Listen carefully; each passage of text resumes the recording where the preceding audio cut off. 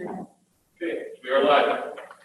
Okay, I would like to call to order the July 27th, 2020 regular meeting of the Tipp City Board of Education. We will start with the Pledge of Allegiance. I pledge allegiance to the flag of the United States of America and to the republic for which it stands, one nation, under God, indivisible, with liberty and justice for all.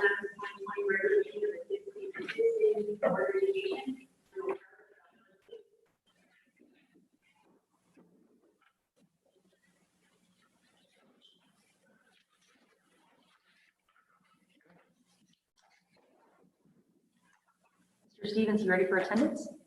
Yes, ma'am. Thank you. President Dunaway. Here. Vice President Dahl. Here. Mrs. Heatherly. Here. Mr. Patrick. Here.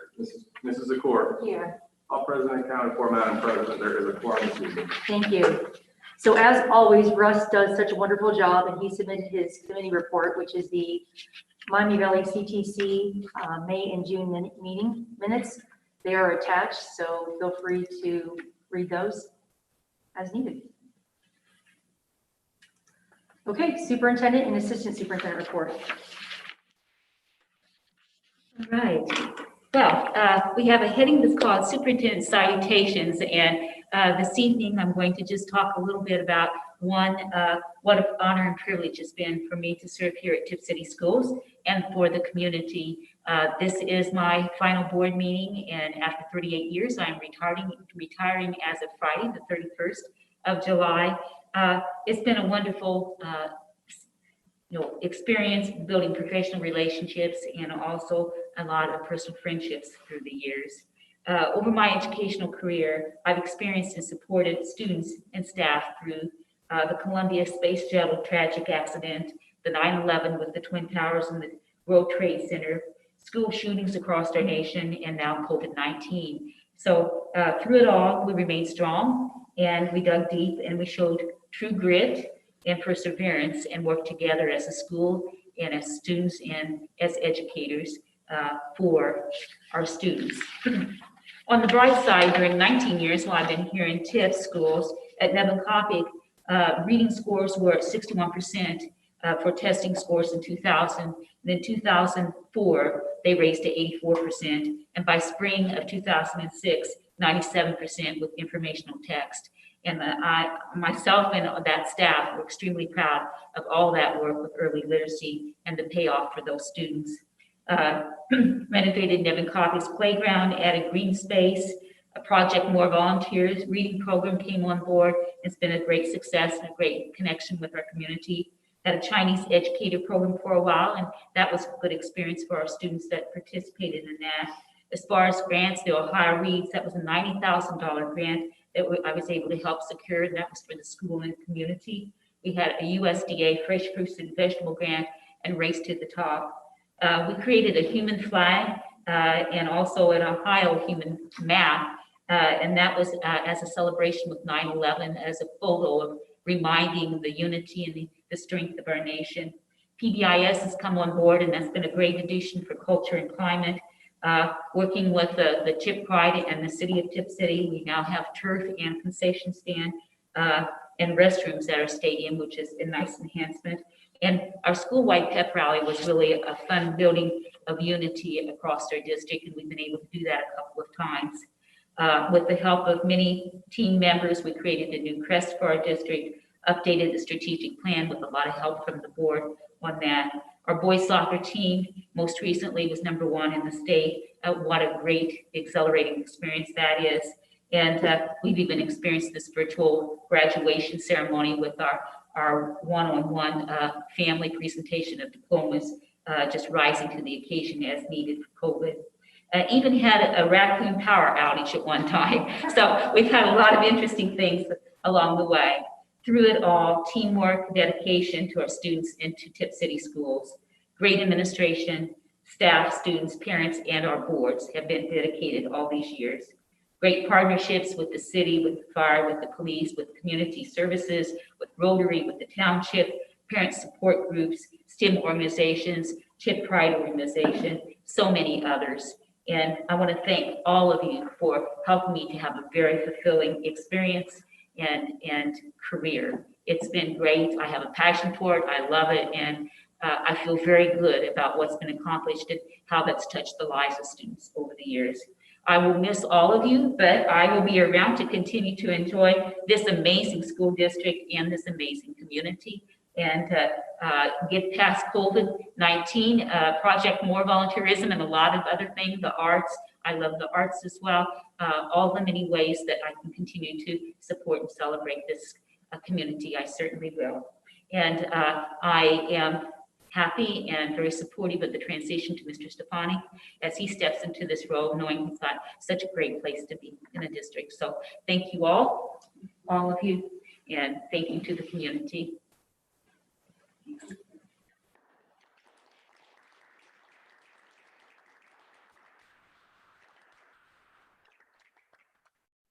All right, and that leads us right up to Mr. Stefani and the reset and restart plan. Thank you, Dr. Bell. Mark, I'm gonna bring up a copy for the people on the internet to see, just let me know when to move to the next page. Yeah, okay.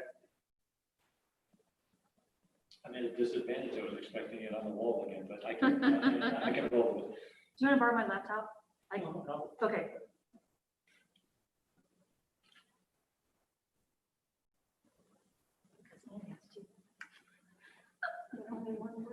Well, I can choose. Okay, sir. All set?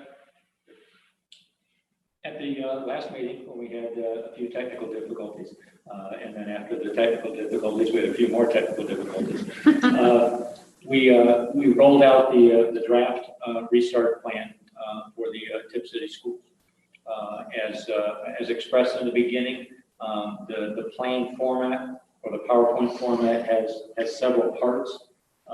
The beginning part is an agreement, if you will, between the Miami County superintendents on areas that we were going to commit to, and it has to do with safe school sites for staff and students. It has to do with providing resources in the best way possible, and committing to trying to get education, back to some type of normalcy. Also, we would work in partnership with the Miami Health Department to make sure that we had the latest information and the medical support we needed during this health situation. Then the next part of the presentation had to do with the data we collected from our parent, staff, and student surveys. In the very first survey, we were asking parents what their thoughts were about maintaining enrollment with the Tipp schools during various situations. The first one was if masks were involved in the educational environment, and with that, we had about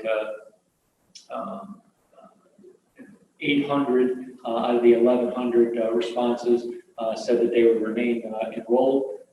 There was a group of about 200 that said that they would withdraw if masks were part of the equation, and then there was another group that was undecided at this time. When we went to a hybrid model, we still had very similar results to folks that would stay committed to in-person and full enrollment with the school district. There were some that thought that they would need to withdraw, and then we had about 300 to 350 that said that they were undecided, they needed more information. And then the last piece was if we went full remote, actually that had the lowest number of folks that would remain committed as full-time enrollees, and we had the largest number of people who said that that might cause them to withdraw and look for other educational options. When we went to the staff survey, the staff was raised some concerns about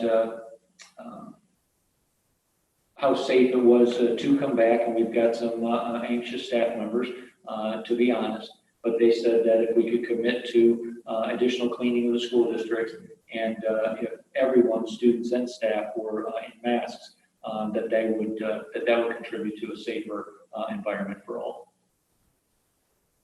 And then the students, we had the students that were comfortable, as I said, and that it was a little chuckle after many hours at the last board meeting.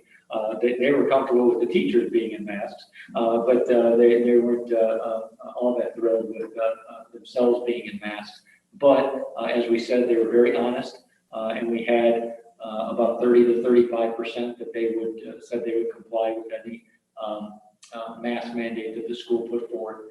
We had another 40% who said that they thought they could try to comply with any mandate that the school district had. So between complete compliance and giving it a shot compliance, so we got to about 75% of our student population that was willing to give masks a try, which leaves between 25 and 30% that said that they were anti-mask and they didn't want to wear them even if it was one of the school rules. The students and parents and staff, we've got about 75 to 85%, depending on the group, who believe that they've got consistent internet access at their homes, and so that's a good thing. And we also have a high percentage. I think the lowest group was in the 60s, or did they all get to 70? Dave, do you have that right in front of you?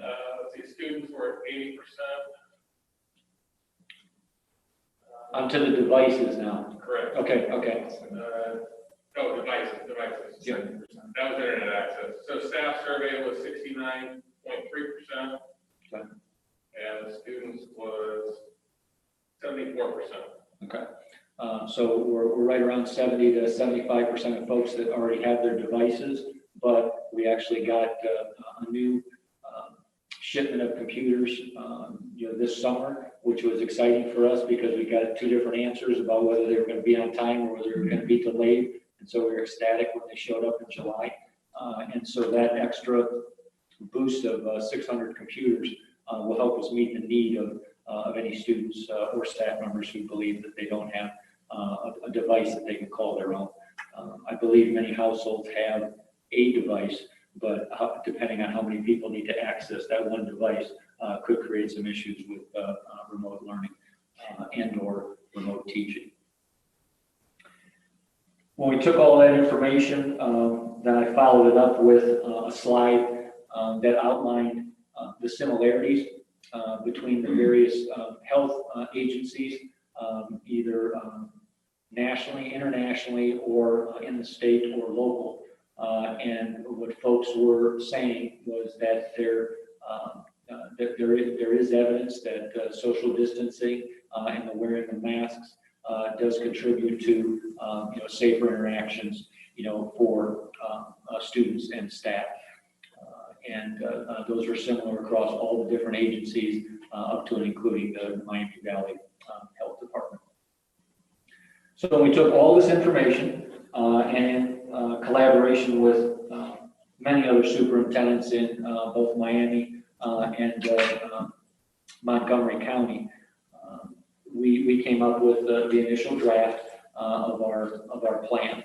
The draft has 3 different levels, and again, focusing on for the community and for the board, this is the draft. So there are 3 possibilities out there right now up for discussion, and revisions are possible.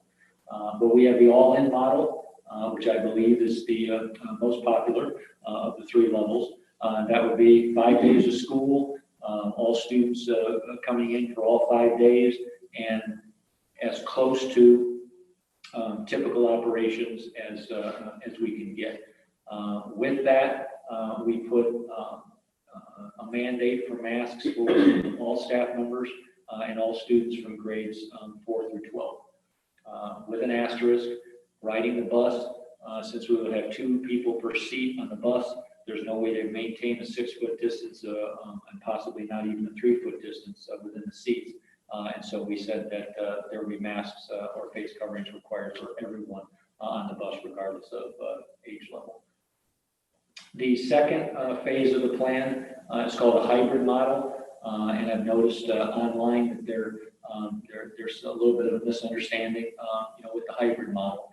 The hybrid model is you'd have 2 days of school, either Monday and Tuesday or Thursday and Friday, and we would have Group A and Group B, if you will, Group 1, Group 2. But it would roughly be 50% of the student population coming on either of those two sets of days. The other 3 days of the week would be remote learning, but that remote learning would be provided by your teachers. I thought I saw something online that said that on the 2 days a week when you came live, you'd have this set of teachers. Then if you went remote, they thought that it was going to be from an online agency and you'd have to get used to different teachers and different lessons. No, you would continue with your learning with the teacher or teachers who are assigned to you, in your present schedule.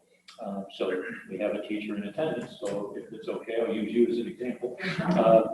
Ms. Yunker would have half of her students on Monday and Tuesday, and then on Wednesday, Thursday, and Friday, Ms. Yunker would prepare remote either lessons to share with the students and or remote activities for the students to be involved in, but they would all be designed by Ms. Yunker, or if she's working with a team of teachers, from that school to share with her students. So the students would only have to get used to Ms. Yunker, whether it be live in her classroom or through a remote setting on the other 3 days of the week.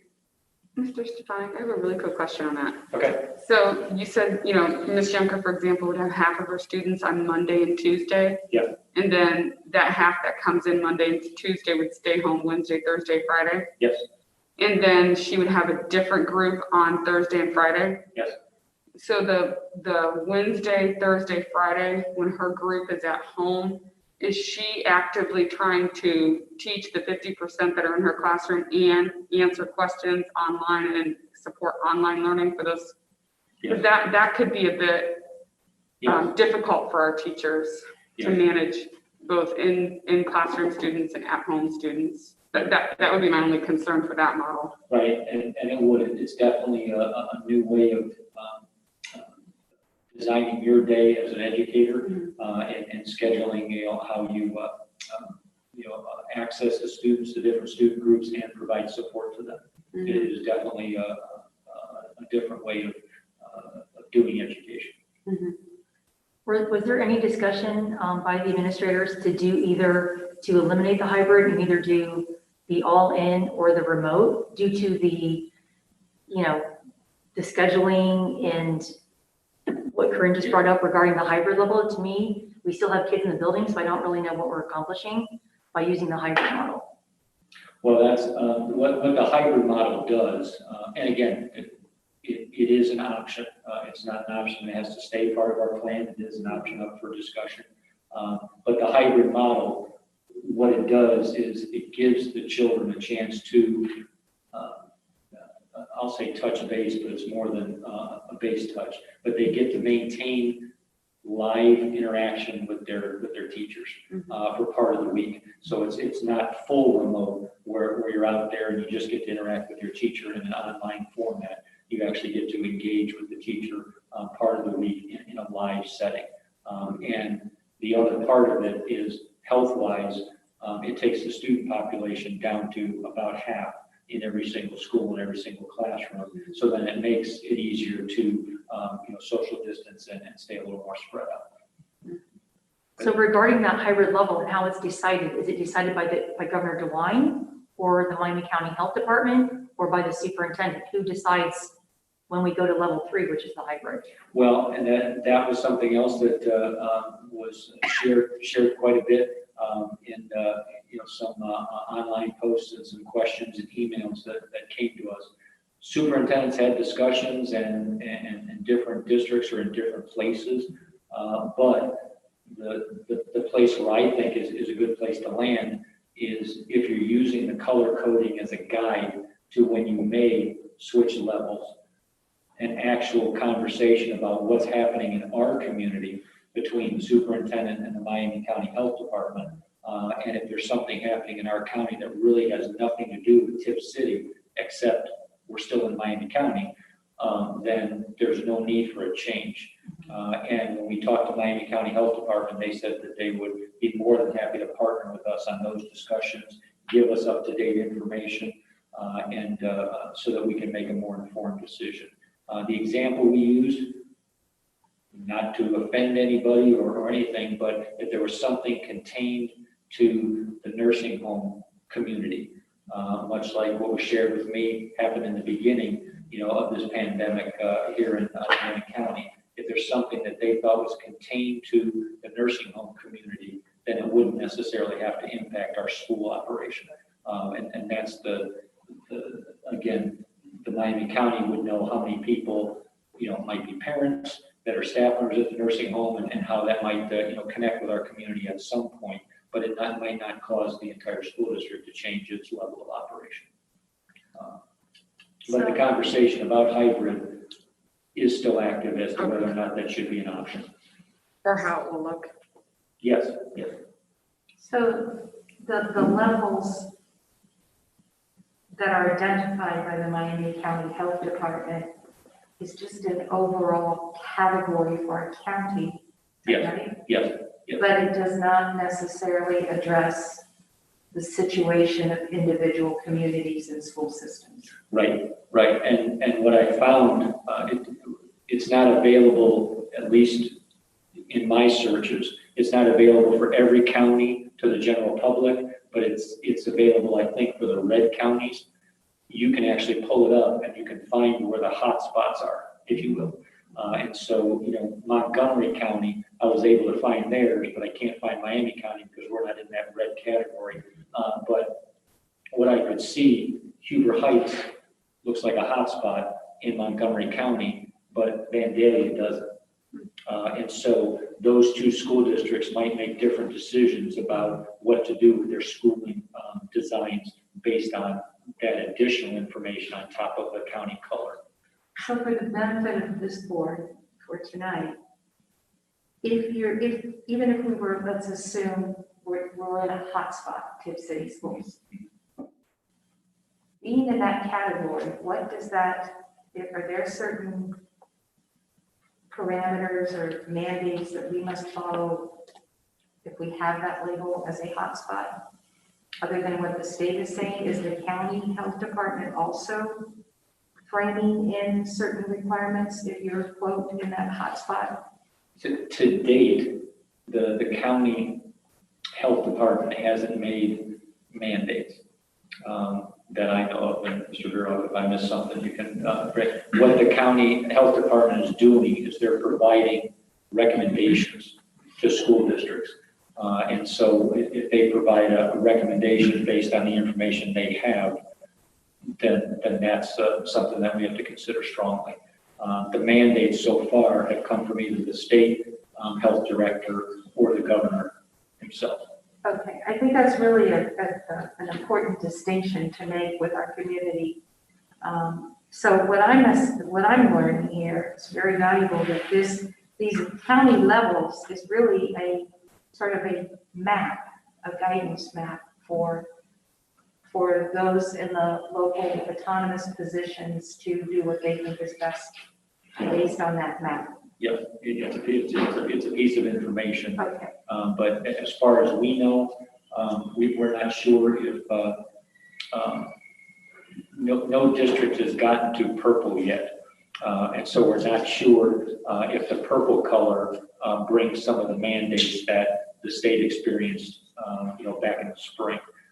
So for example, if a county would get to purple, we don't know if the state health director would say, because that county is purple, you can't do these activities in public and the schools are closed, until some improvements are seen in the outbreak of the virus. I don't know if that's going to happen. That is the assumption from superintendents, that when you get to that highest level, that is a danger zone, and the highest level of restrictions would be coming for school districts and many other operations in the community. When is the board going to actually vote on this and make it, official to our community, so to speak? Well, I think what we'll find when we have some of our comments, from folks that put in for community input, I think what we're going to find is the community is looking for more information, and that's what we want to utilize our work groups or our little mini task forces that we're doing the next 10 days to 2 weeks, and so actually to go in and define this is what a day of school means, and go from the pickup at the bus stop all the way into entry into the school, all the way into the morning, all the way into lunchtime, the afternoon, dismissal, back on the bus and home, what that looks like now with any and all changes that need to occur for health reasons. And so that's what we're looking at. But the board can make any kind of decisions, this evening if they want about, and I'll use the school district Piqua, because Piqua was mentioned in several emails, and reading all the plans quickly, I didn't remember that Piqua really had anything, out of the ordinary in their plan, but when I went back and read it again, what they have is they have school, the 5 days of school, the online option for any parents that are feeling anxious about coming back to school, and that's all they listed in their plan. And so there was no mention of a hybrid.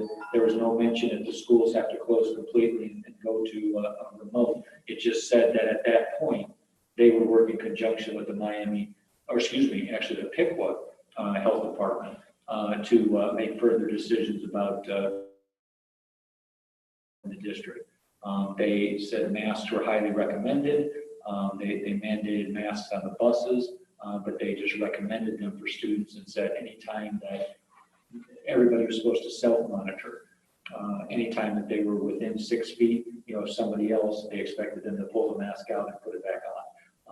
Was the way I read the plan. So there weren't phased options off of the county color. They just said they would check back in with the county health department. So if the all in and then all remote option is something that is more comfortable for the board, we can definitely move in that direction, because there's going to have to be, as Ms. Dahl just pointed out, there's going to have to be significant planning, with the teachers and with the administration on how do you manage that day when half of your students are in the classroom and half your students are online. And so that's going to be a lot of work if that's something that the board's not comfortable with, and it's evident that some people that have communicated with the superintendent's office and the board, some parents aren't necessarily comfortable with that. If that's an option that we don't want to consider at this point, then we just go to all in, and what triggers a change to remote. So how do we get that information? Do we do like another survey? We have a work session on August 10th, and then our board meeting is August 24th. But yeah, August 24th would be a touch late. Yeah. With school getting ready to roll on August. Well, I didn't want to say that. But Yeah. So, But August 10th, our plan right now is to do a presentation, and I'd like to say a mini presentation, but there are 12 areas. The state actually put out 24 areas, and we got it down to 12 areas. We merged some categories, so there will be 12 work group reports that answer some pretty specific questions, about what does school look like, and what does a trip to the clinic look like different than it looked before, and all those types of questions. Those are things that we're going to have answers to, and we've challenged our work groups to volunteer for a work group, get organized this week, meet next week, and have the first level of a report ready by a week from Friday. And so it's a pretty aggressive timeline, but again, we're into August, and so we have to finalize and lock down the plan and the direction that we're going. If I may, it sounds like, so the all-in and the remote, those are two models. Yes. Yes. And within those models, then there's operational issues, how to execute models. Yes. Yes. So I'm just sharing my thoughts, one person up here. I think we need to get moving. Oh, no, we're already moving. No, I mean, I think we need to roll out some, as it stands today, I know everything can change, but the community is waiting, the teachers are waiting, the administrators are, I feel like all in and remote learning are two very practical, two good options that fill both kind of needs for the community. And getting that defined, approved, and ready to roll, and then start looking at the actual operational issues within that model. To me, I just feel like That's plenty. Okay. I want to get going. Okay. Well, that's what I said. That's just my thought, and I think parents and taxpayers need to know something. Now, can that change next week? Yeah. Right, well, yeah, and I want to state, because there's been some confusion about this too. With the all-in and the remote learning, those two options, those are two Tipp City staffed options. Mhm. Okay, so remote learning, if the school district would, go back to the orders in April and May, our teachers would be doing that remote learning. Both of those are different than the 100% online option that we're giving to parents, no matter what Correct. design we're doing in our school district. That's through the ESC. Yes, that's Correct, the yeah, ESC yeah. online program option. Yes. Right, that's completely different. So when I say the two models, to me, it, correct, I'm checking my thinking, all in, and then the option of not sending your student to school, your child to school, and doing remote learning. Right, that would be, That would be at that point in time through ESC. yes, that would all be option A. Then when you go down to the bottom where it says remote learning for the school district, there's remote learning for the students who used to be all in at the school, and then you still have the online option from the company. So the online option, 100% online option from the ESC company is available no matter what design we take on for the school district. So I'll just add that when we use the term remote, they're using it as a state, that means it's not taking place in the school building. So it could be a learning packet if they do not have access to the internet, or it could be an online piece, which could be a Google Classroom, that sort of thing. So the ESC piece, which is a separate entity, it would be with their own staffing through that company and not our staff. But if we do a remote, it would be our own staff teaching the Google Classroom. So maybe this will help. So if, That's done. yeah, so if the sorry, my mask is going up. So if the Miami County Health Department declares us level 4 purple, then we have no other option. Right. We have to do the remote learning. That's not the same as the people who say, I'm not comfortable with my kids going back to school at all. So right from the very beginning, those families can choose that remote learning option, and that's through the Miami County ESC. But if we go to the purple level through Miami County Health Department or the governor, what have you, then that remote learning is kind of what we did in the spring, but improved. But the Did I say start that out models, of the menu, if you will, Yes. the menu would be all in or Or remote. remote. Or- Okay. Yeah, so you're saying that you would be more comfortable, you as an individual board member, with two phases, if you will, of school operations rather than the 3 that was in the original plan. Yes, because I feel like I kind of believe in the circumstances of what we're dealing with right now, the fluidity, keep it simple, execute a good plan. Okay. Get going, and then who knows, it could change, but I think, yeah. I believe last Tuesday, you told us that you would be meeting with your administrative team and with the teachers union. And so what kind of feedback did you get about that hybrid model from those groups? Is it similar to the consensus that I'm hearing up here today? Not in so many words, but as some parents brought it up, more conversations began with the school group that, in the scenario that I did, it was like an old fashioned, and there might still be something out there, but it's like an old fashioned manual transmission car.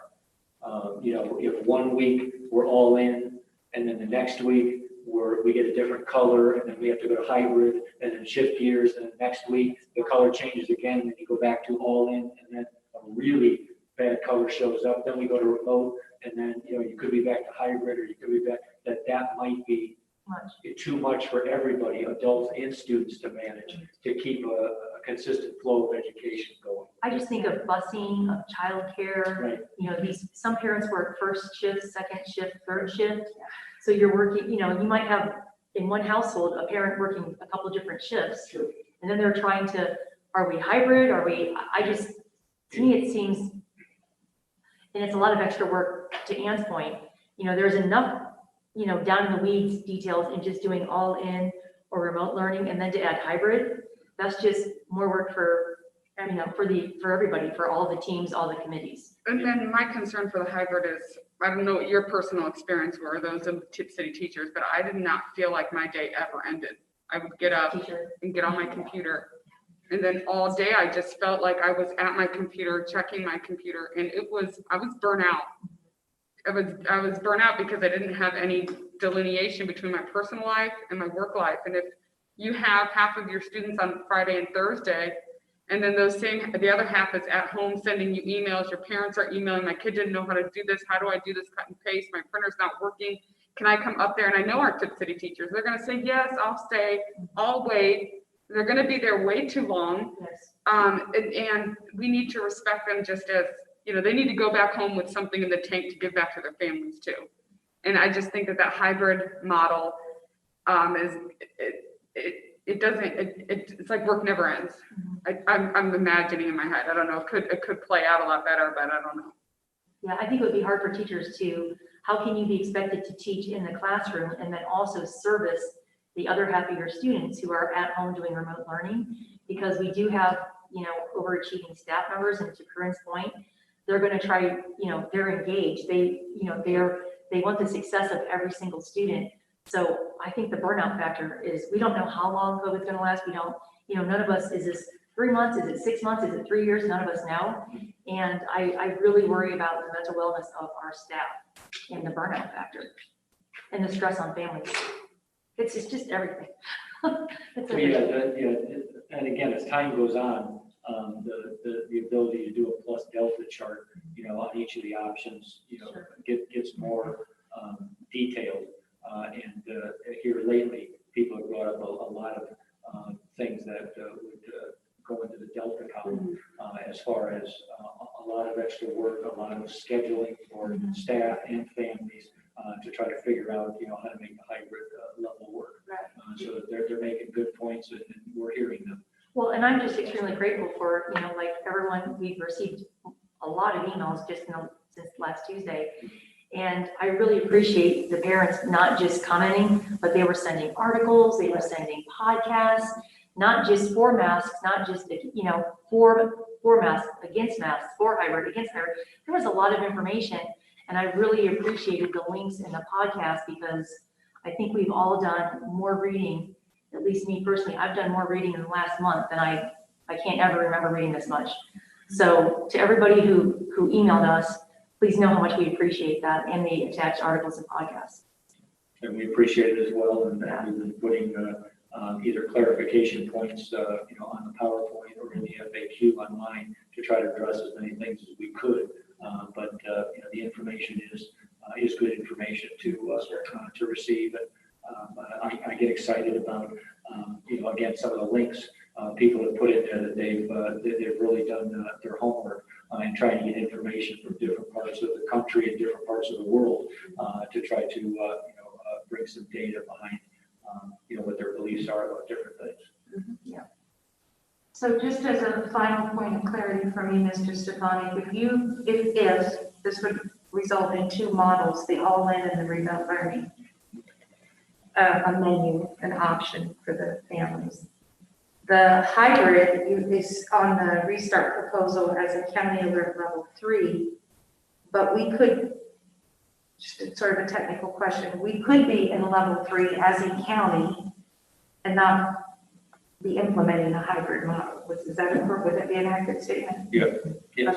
Yes. If we weren't directly tied to the reason why Miami County went to the red level or level 3, we wouldn't have to change our format at all. If Miami County gave us that information, and although I haven't been able to find I'll call it the heat map, of Miami County each week when they send out our colors. Apparently Miami County Health Department, they know where all the cases are and what the numbers are that define our color. Again, from the state site, what I've been able to find is you can find those maps for the counties that are in red, but you can't necessarily find it for the counties that are in yellow or orange. I would be very interested to hear from all of our staff members what they think about the all-in hybrid remote learning. Maybe you already have that information, but you know what? Let's ask our staff. What do they think? Let's ask Mrs. Younger. Yeah. What she feels. I don't want to put her on the spot, but if you want to. to. Okay, well, let's give her an option.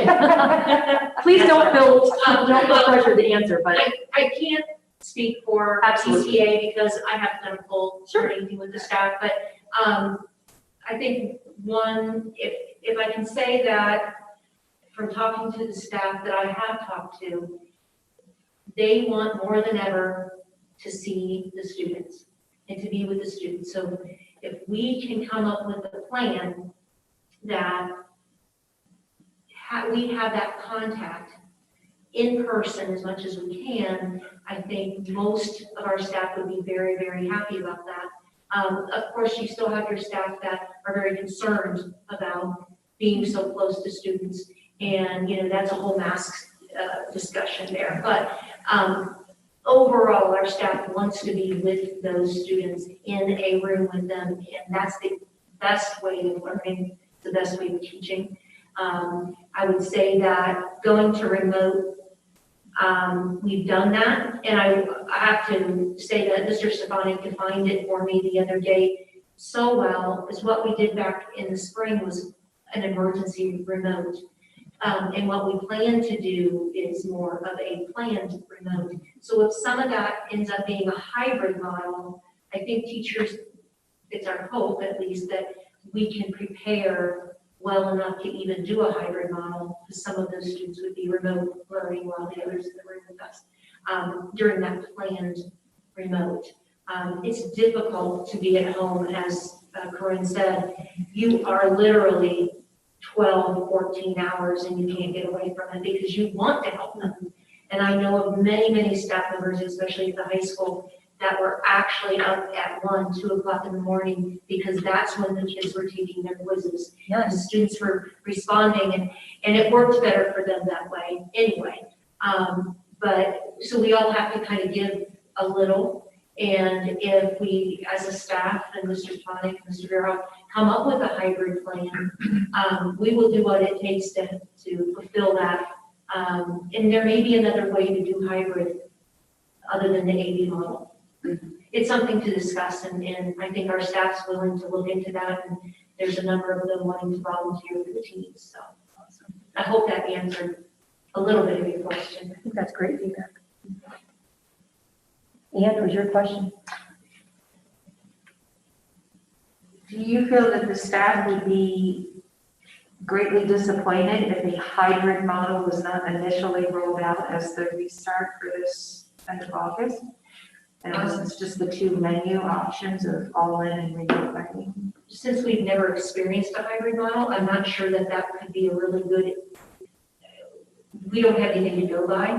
So I can't really answer that, oh, I think our staff would be, happy not to do one, or they would, and it's going to be so much different in the elementary level than the high school. So it could possibly be that you might do a hybrid model in a few grade levels, but you may not in another grade level, like high school, or, there's all different ways, and the more we research and the more Mr. Stefanik looks into it all and talks to other administrators, there's probably other plans there. So I can't really answer that, whether our staff would say it's good or not. Well, you bring up an option that I never thought of, which is the hybrid might work for like a K-5 scenario, but once you get into those 6 through 12 classes, like you said, our teachers are working 12, 14 hours a day, and I did hear of many examples where students were taking quizzes at 1 a.m. and they were, oh my gosh, my teacher's awake. Well, yeah, because they know that's when you guys are taking your quizzes. So I never even thought about that, but that's very interesting to me. And it's something that I think as we go and get into the teams, it might be something that It's something to pose to our committees, because we have our committees, so let them hash it out and see what the thoughts are and what the feedback is. One other thing that I've heard from some administrators around the state is that there are school districts that are coming up, much to Ann's point, parents want to know that they want to know what we're doing. And they're making plans either for the first 9 weeks or the first semester. And then they're reviewing, hey, how's it going? As you're several weeks in. And then if extra pieces need to be put into the plan, you can add them after you have some live information with students there and staff there with how things are going operationally. And then you can revise the plan somewhere in the sense of the first 9 weeks or the first semester. So some districts are doing that. So this is what the first 9 weeks are looking like. And, November on to be determined. Well, absolutely, and even if we say this is what the first 9 weeks look like, we could be 5 weeks into this, and that's out the window because of Whatever. Whatever happens. whatever happens. So that's why I go back to my point. I think it's better to make a decision. I think all in and remote the menu, the option, the parents having the choice of this one or this one is a very sensible, practical, boots on the ground, let's get started, because the all-in is going to still require a lot of logistical smoothing out operations, everything from bus to cafeteria to exits to the nursing clinic, et cetera. So that's going to be a lot to take on. And we can analyze and propose, but at some point you have to start moving. And I think other districts have done that. I think our taxpayers are getting kind of restless. They want a plan, and they want to be able to digest this and make a decision and move forward. I agree. And I think at this point in time, given all the circumstances, I think the hybrid is all intriguing, but I don't know how realistically practical it is at this point in time to get going. And like you said, we can always, I know some districts are saying if you're going to do remote, you sign up for it, then you stay in it for at least the first semester. It's and then you can change that option. But I just feel like we need to get moving. So after Ann said that, I was looking at my calendar, and our work session is scheduled for, I was thinking if we could bump up the work session, but that would only be a week. So August 10th is exactly, I'm trying to, so I pulled up my calendar, it is 2 weeks. And it's gonna, with all your committees and everything that you have to do, it would be nice to kind of, can we set that goal and have a timeline to really kind of get into the weeds and for August 10th? That is the goal. Okay. Is that, we talked to the administrators and we met with TCA. We actually put a survey out there to the teachers. Right. And said, who wants to serve, on a committee. And we told the administrators what we're expecting on the 7th, which is that Friday, a write-up of what your task force work group has accomplished. And so that is the goal, is to have, the specifics. Again, we'll call them draft specifics because we want to share them out on what people did, but it's definitely more that you can put an anchor in by August the 10th. And then that's three full weeks before school starts. And so if we have to shine things up and adjust them and revise them a little bit, there's time to do that. And I would just like to add before we end this conversation that I have received a lot of feedback about how we're going to address mask related to almost like the dress code. What's going to happen to students if they don't have them? What's going to happen if I left for work and I know my 5th grader had a mask on them and they lost it before they got to the bus stop? Is the bus driver going to say, no, you can't get on the bus, where's your mask? Because as a parent, I'm at work and now my 5th grader is at home and I didn't know that because they didn't have a mask. So I think those kind of scenarios that our parents want to know, and I think we need to think that out in advance, how we're going to handle that. Again, I'll just reiterate, I don't want teachers to feel like they have to be in conflict with students and they don't have to be the mask police, that we have systems in place to address those issues. So that would be my only comment on that. And the preliminary framework of that is more educational based rather than consequence based, with the masks. And so, let's say a bus driver pulls up and nobody at a bus stop, has a mask on. They'll have boxes of these. Exactly. And so they, as the kids get on the bus, say, for everybody's safety, we have to keep these on, and then they have the disposable ones to give to the students as they get on the bus. Perfect, thank you. And so it's those kinds of things that we put down in a sequence set Yes. of details that we give to everybody, and those are the preliminary conversations. And again, I could sit in the office and, well, actually, I think I told people, no, I can't answer every question that's on these 24 sets of questions, but I could answer a lot of them, and I can just put it out there and go, here's the way we're doing it. No, that's not the best way to get it done. We bring the teachers in, we bring the nurses in, we bring the counselors in, we bring the administrators in, and we get everybody in there working together, and we come up with the best answers to those questions. Thank you. Thank you very much. So can we technically vote on a plan tonight? Can we? I don't think we're ready. Well, We haven't had any meetings. Basically, if you don't necessarily take an official vote, the board could say, is there any discomfort with anybody or any opposition to us moving forward with a more specific, simpler menu rather than all in hybrid and remote. Just do the all in and remote, get that started for the beginning, and then we see how that operation goes as we start the school year. If there's no opposition to us taking that as our marching orders, there doesn't have to be an official vote. We just know that's what people are comfortable with. Sounds good to me. I guess I was expecting some sort of recommendation from you that that's what you wanted. I mean, last Tuesday you presented presented it, there's been feedback, and there's been a lot of feedback. And Right. what I heard you say tonight was, if it's red, if tomorrow the governor says Miami County is red, that does not necessarily mean we automatically go into a different model. You Right. take that into advisement, you'll communicate what that means for Tipp City schools, and then you will give a time frame in which to implement it. Yes. But again, what some of the feedback came in was there was a lot of concern, and actually we've heard some of that same concern outside of the parent realm, with the hybrid. So I was saying with that the hybrid model is something that needs further study. We can go forward with how we start the year, and then we can maybe see if some other districts are doing a hybrid model, see if somebody has thought of something that we haven't thought of or we haven't found in research, and then the hybrid can be a part that we can consider maybe at a later time during the school year.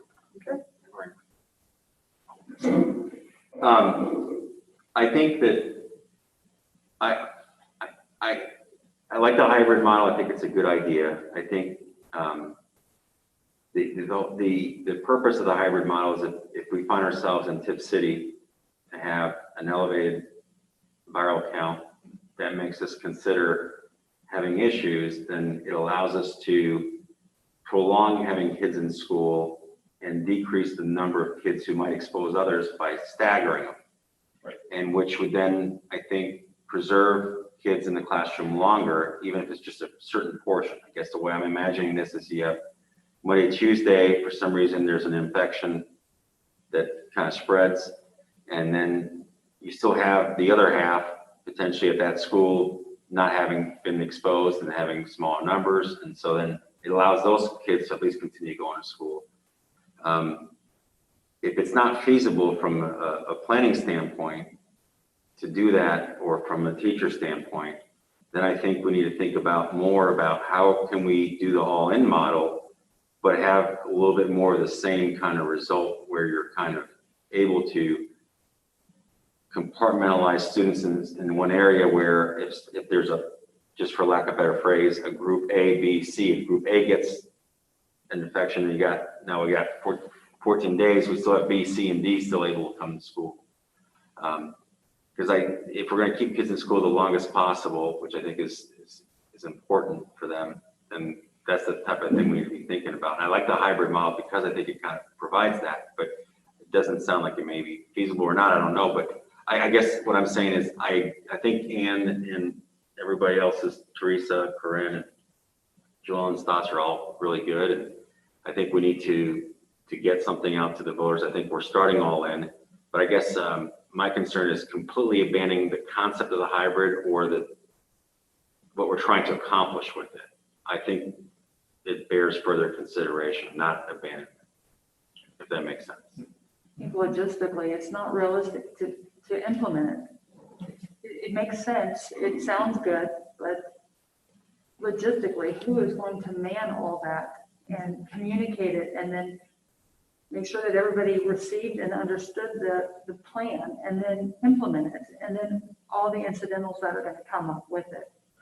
And so what I'm sensing and hearing is we should accept the proposal minus the hybrid and give you the clear freeway to go and implement and in these subgroups and come up with all the answers to all these questions. It sounds like you created a great document with a lot of questions for these subgroups to answer. I feel like we need to publish those questions so that families feel like their question has been heard and included. Whether you come up with an answer right away or not, if I look at a document and I see that my question's there, I know somebody else has thought of it and they think it's important too to answer. You may not get the answer right away. And we may have to start school to answer some questions, and we may have to modify some of the answers. But what we do know is that we are looking at the details and trying to communicate what is school going to look like so that people know what the boundaries are. And so if you take away the hybrid model and you focus on all in, and if the governor makes us red, then you'll tell us what's going to happen and how we'll continue going to school or not. And the governor will too. And if we turn purple, because no county has been purple, we're really going to know what's going to happen, and we can anticipate that's going to apply to us as well. Right. I think that there is also issue with what are the boundaries going to be on masks, and what is the expectation for masks. People need to know what to expect, and I think like a dress code, it just needs to be addressed. And if there's an exception, tell parents what to do to bring in the note for the exception. I think that's a great summary, Joellen. Yeah. Thank you. Yes, I It's think very that- good, and I think that's, the masking is one of those logistical things that fall within the model. Yeah. But I'm just a big believer in executing projects. You need to define, like Joanne said, let's eliminate the hybrid for now, look at the all-in, the remote, and allow the administrators who are, really tasked with doing all this, the opportunity and the leeway and time to start. Yeah, it's a big And project. maybe like Simon said, look at hybrid for the high school, where logistics, kids are driving themselves. And maybe that's a better model to implement and maybe. At another time. Yeah, Well, so like- other people mentioned hybrid could work at a building level. Mrs. Younger said. Mrs. Younger, yeah. I think for middle school and high school, because Simon did bring up a point that is in these citizen comments, is parents do want to get down in the weeds on if a freshman, gets, tell me exactly what's going to happen if one kid at the high school tests positive. So those are the kind of details that we need. And by eliminating the hybrid model, that really lets these 12 committees in your team focus on all in Two models. all in and remote, and really drill down so that there are no unanswered questions, which is not going to happen. But, a high majority of questions, they're going to go to our Tipp City Schools page and say, oh my gosh, they are on it.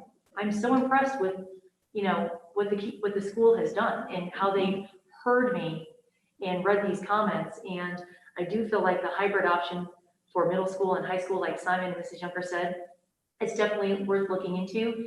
And to your point, maybe it's something we don't have to really drill down in for the first 9 weeks, but it's something that we can kind of be working on. Yeah, we can work on it in the background, and it's going to happen in other districts, and we're going to say, wow, when you go to your superintendent meetings, what did you guys do? How did you handle it? And that data and that feedback is just going to help us. And we get it out to our community right away. We don't wait for it to happen. We say, hey, if this happens, this is what we're going to do. Because when you don't get information, parents get anxiety and angst, and we all do. We all do as humans. So let's just get it out.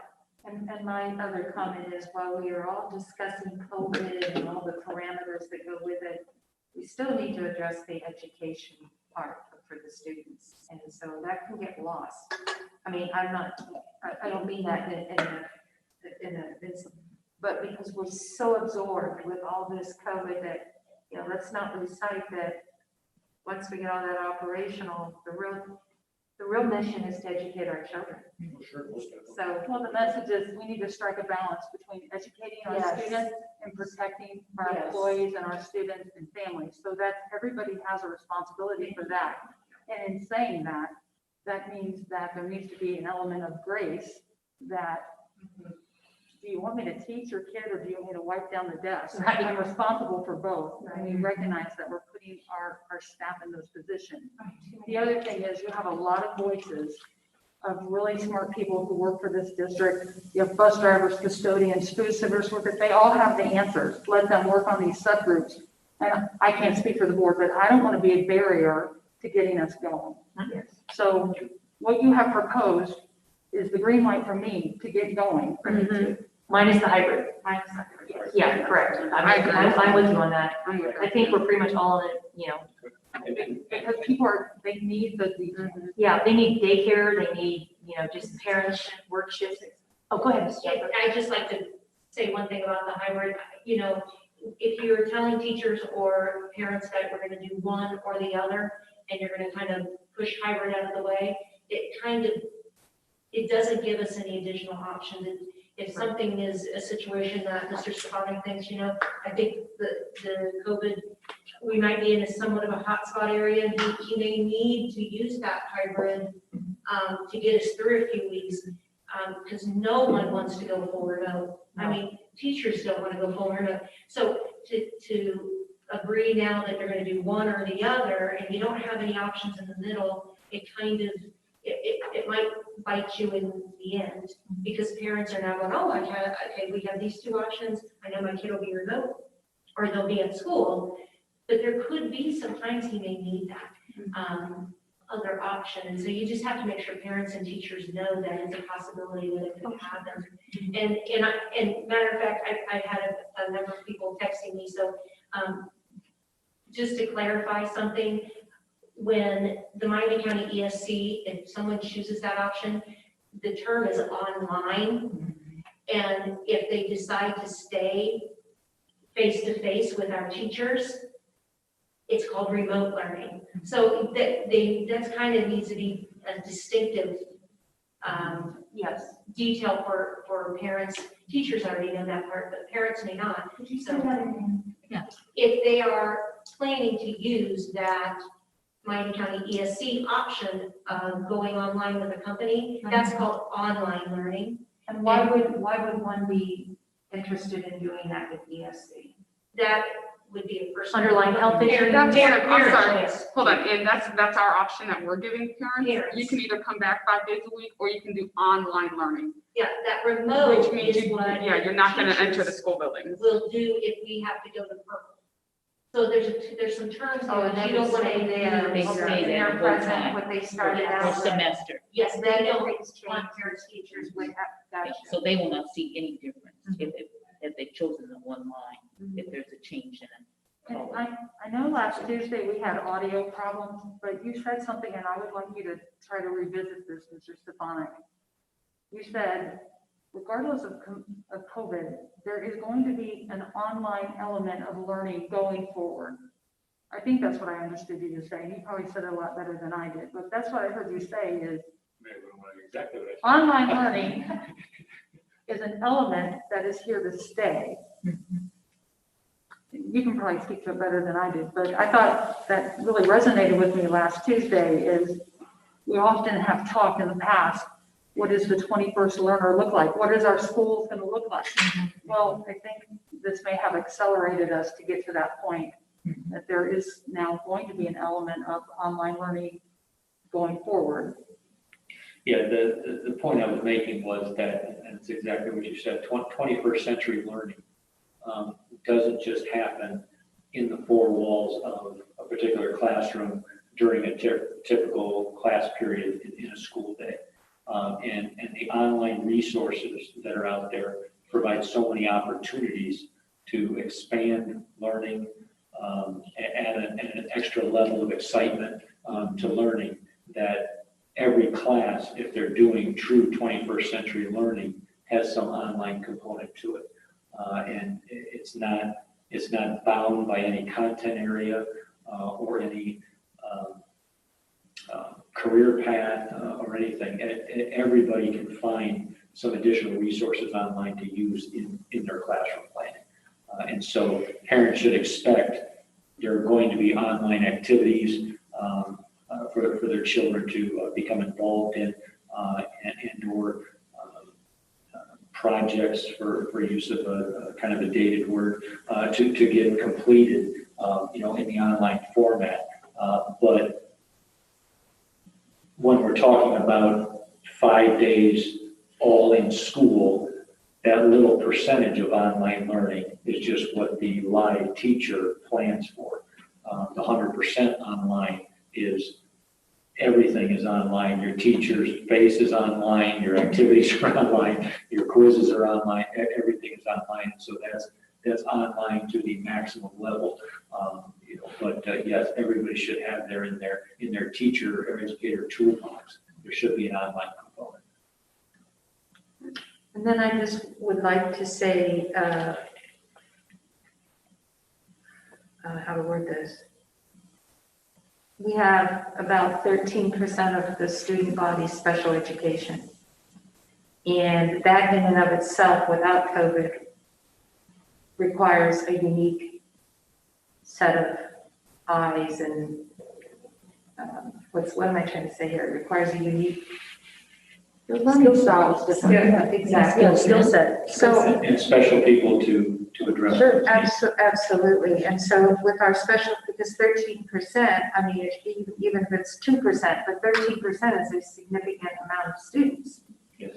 And, if we have our students that are on IEPs that have the health concerns, but need those services that they would normally get in a school building without COVID, but now they're reluctant to bring their child in, or that's going to require, I want to see some emphasis and some spotlighting put on that, because that's it's a big deal. It's for many reasons, it's a big deal. That is one of our standalone work groups. Okay.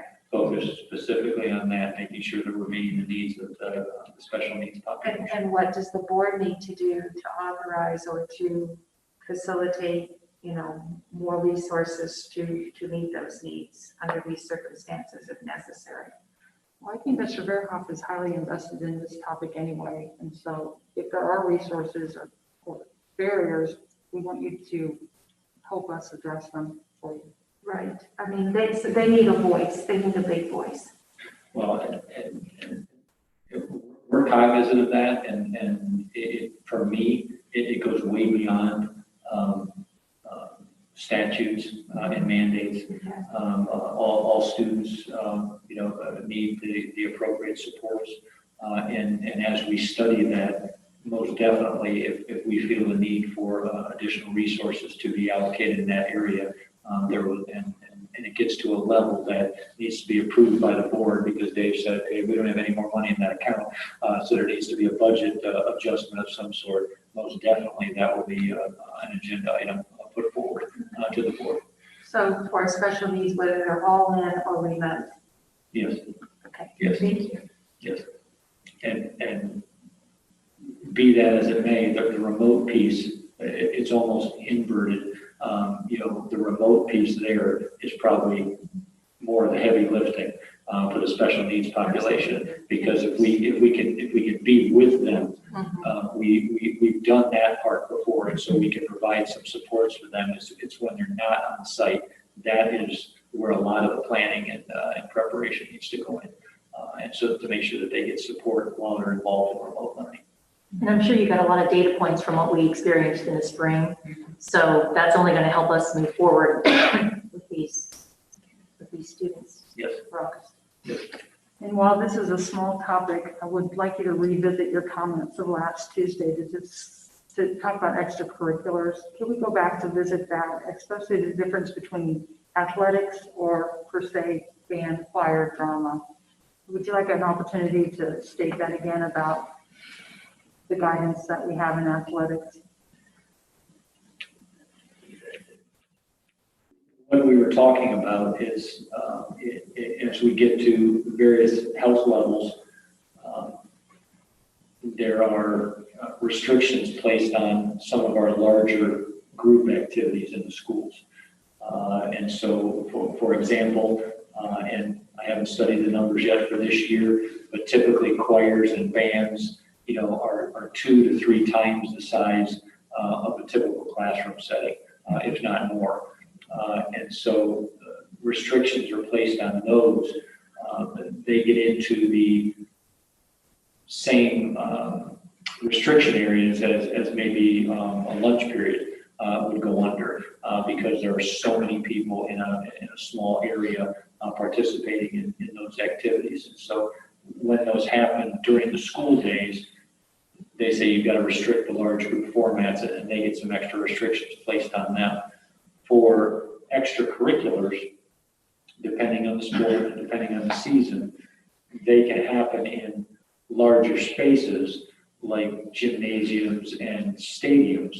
And so the Ohio High School Athletic Association puts out guidelines about what's allowed to happen with each sport and whether or not each sport is allowed to just practice or whether they're allowed to be in competitions and what types of competitions, much like you're seeing with major league sports right now.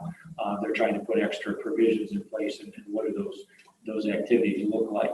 So if we have to make an educational decision, we'll make the decisions about things like band and choir that are part of the academic program. But OHSAA will give us guidance about extracurricular activity permissions and or restrictions. Thanks for clarifying that. I'll just add that was the restrictions that Mark just spoke about were under the blended learning, remote learning, level 3 county alert. That's where we saw the no extracurricular band and choir, no large group events, and athletic contests will be determined by OHSAA. I agree. Right. Yeah, and those were, at least the red level and then and or the purple level. And again, with superintendent, ability to check with the county to see if that county level impacts Tipp City specifically. And if a student elects a remote learning option for the fall, for the end of August, are they also allowed to jump into extracurricular events, or does that? Do you mean remote or online? You mean online, and remote is Online. all or nothing. I'm Online. sorry, I'm Okay. sorry, you're absolutely right. I gotta rephrase that. Say it again. Online, If a student chooses if online, a student, thank you, if a student chooses online learning at the beginning of school as their option, does that student, are they eligible? Can they still participate in all the, Yes, and what I'm going to do is I'm going to defer to Dr. Kumpf and or Mr. Veerhoff to make sure I don't bring in mandates from another state. There you go. I'm still mixing the things. It's my understanding that with that online option through the ESC, since they're still a member of the Tipp City schools, they're eligible to participate in extracurricular activities. That is correct. They would still be enrolled with us as a Tipp City student, and so they would be eligible for extracurricular clubs. Is that the same for if a student is homeschooled? Aren't they still eligible to be able to? oh yeah, Yes, homeschool they they're are. allowed. Well, since Anna, go ahead. I believe that change came into effect just about the time I was, taking my little venture to another state. That changed right before I left, where homeschool students were permitted to contact their school of residence if they were in school and get enrolled in extracurricular activities. So it's probably 5-6 years old. Mhm. So we've had some parents ask us if they choose for their student the online learning option, which is through the Miami County ESC, how do the AP classes look in that version? It's our understanding that the class offerings mirror the class offerings Great. that we have in our school district, and they include courses, I'll call them typical for lack of a better word, and that's not criticism, it's Right. just typical classes, honors classes, and AP classes. Okay. Is that correct, Mr. Veerhoff, from This the list we saw? Yes. So I'm just going to suggest, since we've been on this topic for like an hour and almost 20 minutes now, and I think we've covered some really hard-hitting questions that we've had repeated to us over and over in emails, that we allow them the time and the space to go and investigate like everything pretty much that Joellen had already said. And then if we see any holes that we've been questioned about a lot, to bring up even more questions later, just because I know our administrators were here until midnight last time. Oh, yeah. I mean, unless anybody else has some really important questions that they feel that they need to discuss right now. I just one more comment that I was going to make off of a comment Ms. Dunaway made before. She brought up one of the questions that parents had, and it was in the area of health and wellness. What happens when somebody tests positive?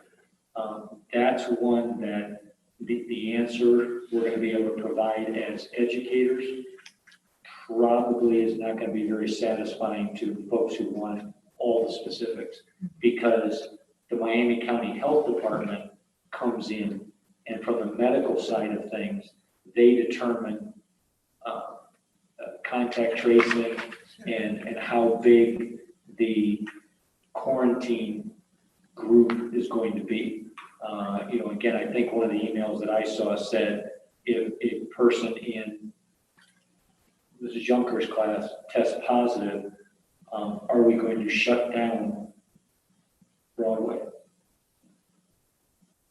That's correct, right? Great. Yes. Broadway. Okay.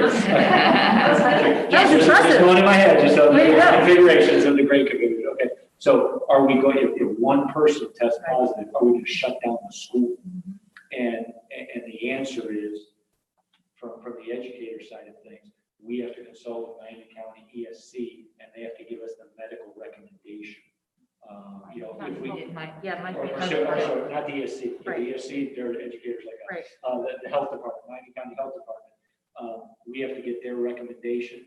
Now, again, as a board and as information comes in from our community, if the community is more comfortable doing at least a day shutdown or a couple of days shutdown for an individual building, we can do that. But to say that every single outbreak is going to cause an entire school to shut down, the health department said they can't make that determination unless they get all the information they need to make the determination about the level of quarantine that needs to happen for each site. So case by case basis is almost the type of answer that has to be given right now.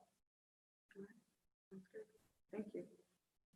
So you would encourage questions to come into the website at the dedicated email address? Yes. Info at Tipp City is the best place to send questions. Then it gets sent to multiple administrator email accounts, and we can get answers out most quickly that way. So that's info@tippcity.com. Yes, I think that's. Dot K12. .oh.us. Yeah, okay. Let's go back over that again. Okay. Info at tippcity.k12.oh.us. Yes. And it's on our website, and there's a link. You can just click on it and send your question. Yes. And we've expanded the receipt mailboxes on that info due to this pressing issue and pressing level of concern, so that we get to multiple people and any one of those people could address the question. Thank you. Thank you. Are we good? Are there any other questions before we move on to personnel? No? Okay. Dave, do you want to take a few, you want us to give you a few minutes to get back up here? Is there anything you need to do on your end? Just trying to get back to, there we go. Thank you, Mr. Sheehan. Meeting is still running. All right. Yay. Hey, look at us. We're not going to get any. All right. All right, well, we love hearing that the meeting is still running smoothly online. And so our next item is personnel. And I'm going to defer to Mr. Stefanik and Mr. Bierhoff. I know we have some recent postings just for an update. You're used to the personnel. Go ahead. We are personnel update right now. We're working on three processes for administrators. We've got postings out there for Director of Business Operations and high school assistant principal and middle school assistant principal. And those processes are moving along, and we're getting ready to interview and get ready for recommendations. And hopefully, I know that it's been said that work sessions are work sessions and board meetings are board meetings.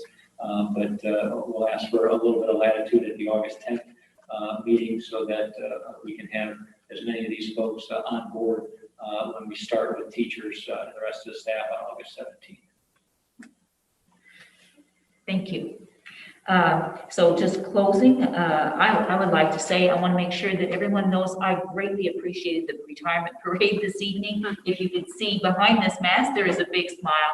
A lot of people came out, and I so appreciate the opportunity just to be able to say thank you and reconnect just for a brief moment. So looking forward to these next steps, but appreciate the community. Are there any other questions for the superintendent's report and assistant superintendent? All right, I think we're ready to move on to citizens' comments. Okay, citizen comments. I would like to make a motion to the board to read all citizen comments tonight because we have so many, it doesn't feel right to, disclude some people if we happen to go over the minutes. So I would like to make a motion to read all citizen comments under section 4. I have no idea if that will or will not go over the 30-minute mark. Corinne and I didn't practice it. I'm sure it will. Okay, you think so? It might be close. Well, I believe it's 2.2 minutes and 30 seconds or 2 minutes. and Some are long, 25 some are seconds. short. There's a couple that are like 2 Yeah. sentences. But- Anyway, so I would like to make a motion to read all citizen comments under this section. I'll second. Thank you. Motion and seconded. I usually don't motion. By Dunaway and Patry. Is there any discussion? No, I agree. Okay. Dave, do you want to call for a vote on that? I'm trying to get the board docs. Oh, going take your here. time.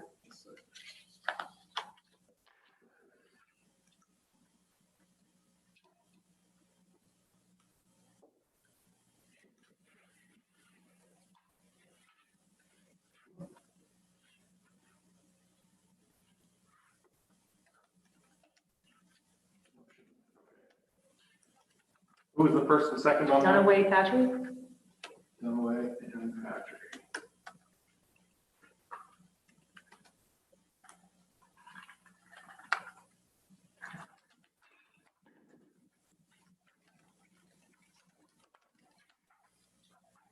All right, thank you for waiting. Mrs. Dunaway, Yes? Patrick, Yes. Heatherly, Yes. Dahl, Yes. Secor. Yes. Forgive me on the order of that. It's okay, motion carries. So we're just gonna take turns. Mrs. Dell and I are gonna read these in the order that they came in, and we're just gonna alternate every other email, so it doesn't sound like one, right? Okay. So, I'll start with the first one. Sent in by Heather McCormick. I know it's been exhausting trying to keep up with the ever-changing recommendations, guidelines, and information. I know everyone has been working tirelessly on figuring out how we can reopen schools with the virus.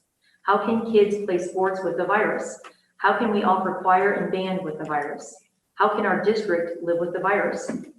Answering these questions must seem impossible, but in reality, the answer is very simple. We've already done all of those last school year. It has been proven that this virus was in our county as early as January 7th and in Ohio longer. Source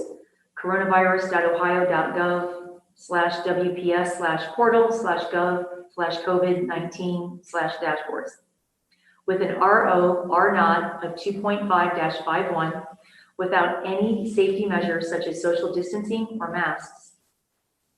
This virus had the run of our country for 10 weeks before the shutdown occurred. Our students and staff were in school, playing sports, going to choir and band, living with the virus for 10 weeks. The only difference between then and now is knowledge that the virus exists. And with that knowledge, we have the ability to take extra precautions, especially for those that are vulnerable, to be more mindful, to be more alert, to be more prepared. But we shouldn't be completely reinventing the wheel for something we've already done for 10 weeks. I implore the district to keep all decisions local and not give the state control of our schools by using the Ohio Alert System. It's incredibly flawed and will be incredibly disruptive to our students, staff, and families. We've done this before without the knowledge we have now. And with that knowledge, we can do this better using our local health department, resources, and community-specific data to make quick, efficient, and meaningful decisions that are as minimally disruptive as possible to our students, staff, and families throughout the school year. Please reconsider using the state's alert system as part of Tipp City's reopening plans and keep all school decisions local. Thank you for your dedication to Tipp City Schools, Heather McCormick. Dear Mr. Stevens and board, I was very excited to learn that our children will have the option to return to a 5-day in-person schedule. That was until I learned that it would be tied to the governor's map. The data used in determining when, how a county is to move any particular level is incredibly flawed. In Miami County, we have not been hit in the same way as other counties. The virus itself has been in the country, state, and county much longer than we initially believed. And prior to its discovery in the country, we had been in school, playing sports, having gatherings, etc., without much impact. It's also concerning that any type of death is deemed a COVID death if the person tests positive at any time of death. This is regardless of whether they were in an accident and never experienced any symptoms, or if they indeed passed from COVID complications. I believe that anything less than a 5-day in-person schedule will be a further detriment to not only our children's education, but more importantly, their mental health. I can tell you that I have seen behavior changes and depression in my 2 children over the course of the last 5 months. We are not fans of any mask policies whatsoever, but my children are so desperate to return to school, they are willing to at this point. A hybrid plan would be the most disruptive, confusing, and unmanageable plan for students, staff, and parents. I appreciate that there's an outline plan being developed. I have, in fact, been considering this, not because I'm afraid for my children's health, but because it would be far less disruptive for them and preferable to hybrid plan. Our family wants to return to a 5-day schedule. And how will these options be managed? We are being asked to make a quick decision on how we intend to return without much information on how this will work. Can options be changed at some point if the initial plan chosen is not working or we are stuck? How will sports work? My oldest daughter runs cross country. It has been very good for her to get back into it, though they've had to adjust how they do things. I've seen rumors that OSHA is having parents sign a document that states they will get tested for COVID prior to competing and following guidelines in addition to getting the vaccine when developed. Apparently though, OSHA, that's OSHAA, is not enforcing this, but simply slipping this into the paperwork. Will Tipp be requiring this? I'm not an anti-vaxxer, but I have serious reservations about pumping untested, newly developed chemicals into my children's bodies. I appreciate that you are all trying to do what is best for the community and the children and understand that it is a difficult and overwhelming task. I sincerely hope that you will consider the parents' feedback along with the health department, teachers, and most especially the kids. Thank you, Dana Martin. Okay, Julie Noble. I have written these out verbatim. I wasn't sure how much leeway you had when reading them regarding the quoted materials. Public comment 1. The Tipp City Restart document included information from the Ohio COVID-19 risk level guidelines for the public, which indicates at a level 3 that we should, quote, limit activities as much as possible, unquote. Limiting activities as much as possible reads to me that students should not be in a hybrid blended model, but should be limiting their movements, including to and from school. Please consider moving hybrid blended learning to level 2 and remote learning to a level 3. Public comment 2. If it has not been started already, please begin developing a plan to assist both students and teachers at the semester when hundreds of students will, hopefully, be re-entering the classrooms. Most online curriculums quote from Fairborn City Schools information about their selected online learning platform at minimum will not necessarily match the same pacing or activities that are delivered in school buildings, unquote. I have no doubt that our teachers will do their best to align students with the semester 1 in-person learning, but we aren't talking about a handful of kids moving in during the school year. It will be a widespread K-12 problem impacting both your students who have been in the classroom and students who have been learning virtually. This one does not have a name on it. I think, is it Kelby Rostetter? You see her name? Yeah, I believe so. That's the name of the person. I would guess. Mr. Stevens, a few things I would like to ask. Is there any plan to help families where both parents need to work full-time and cannot take off work to homeschool their kids? Maybe provide some kind of monetary compensation since parents will be forced into the position of a teacher? That brings another point. Most of us parents do not have the qualifications to teach. I find it silly that all of a sudden it is okay for that to happen.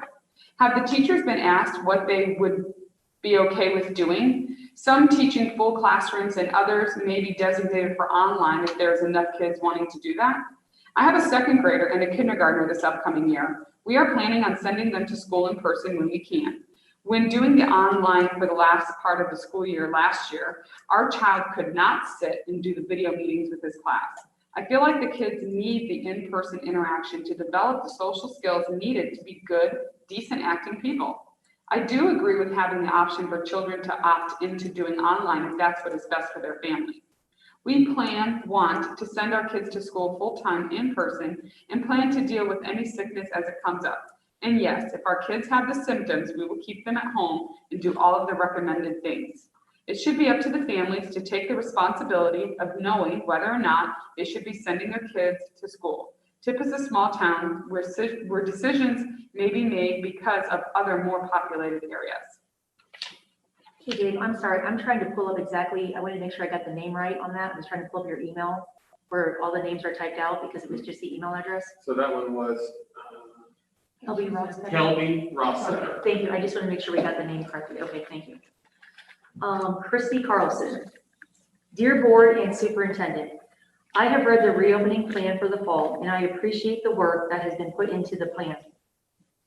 I am thankful for the 5-day in-school option. I do not agree with masking of kids of any age, and I'm hopeful that the mask mandate will quickly go away once school starts and it's clear how much of a negative impact they have on the learning process. My concern is with linking the plan to the governor's county alert system. That system has many flaws and will cause too much havoc and chaos on our kids in our district.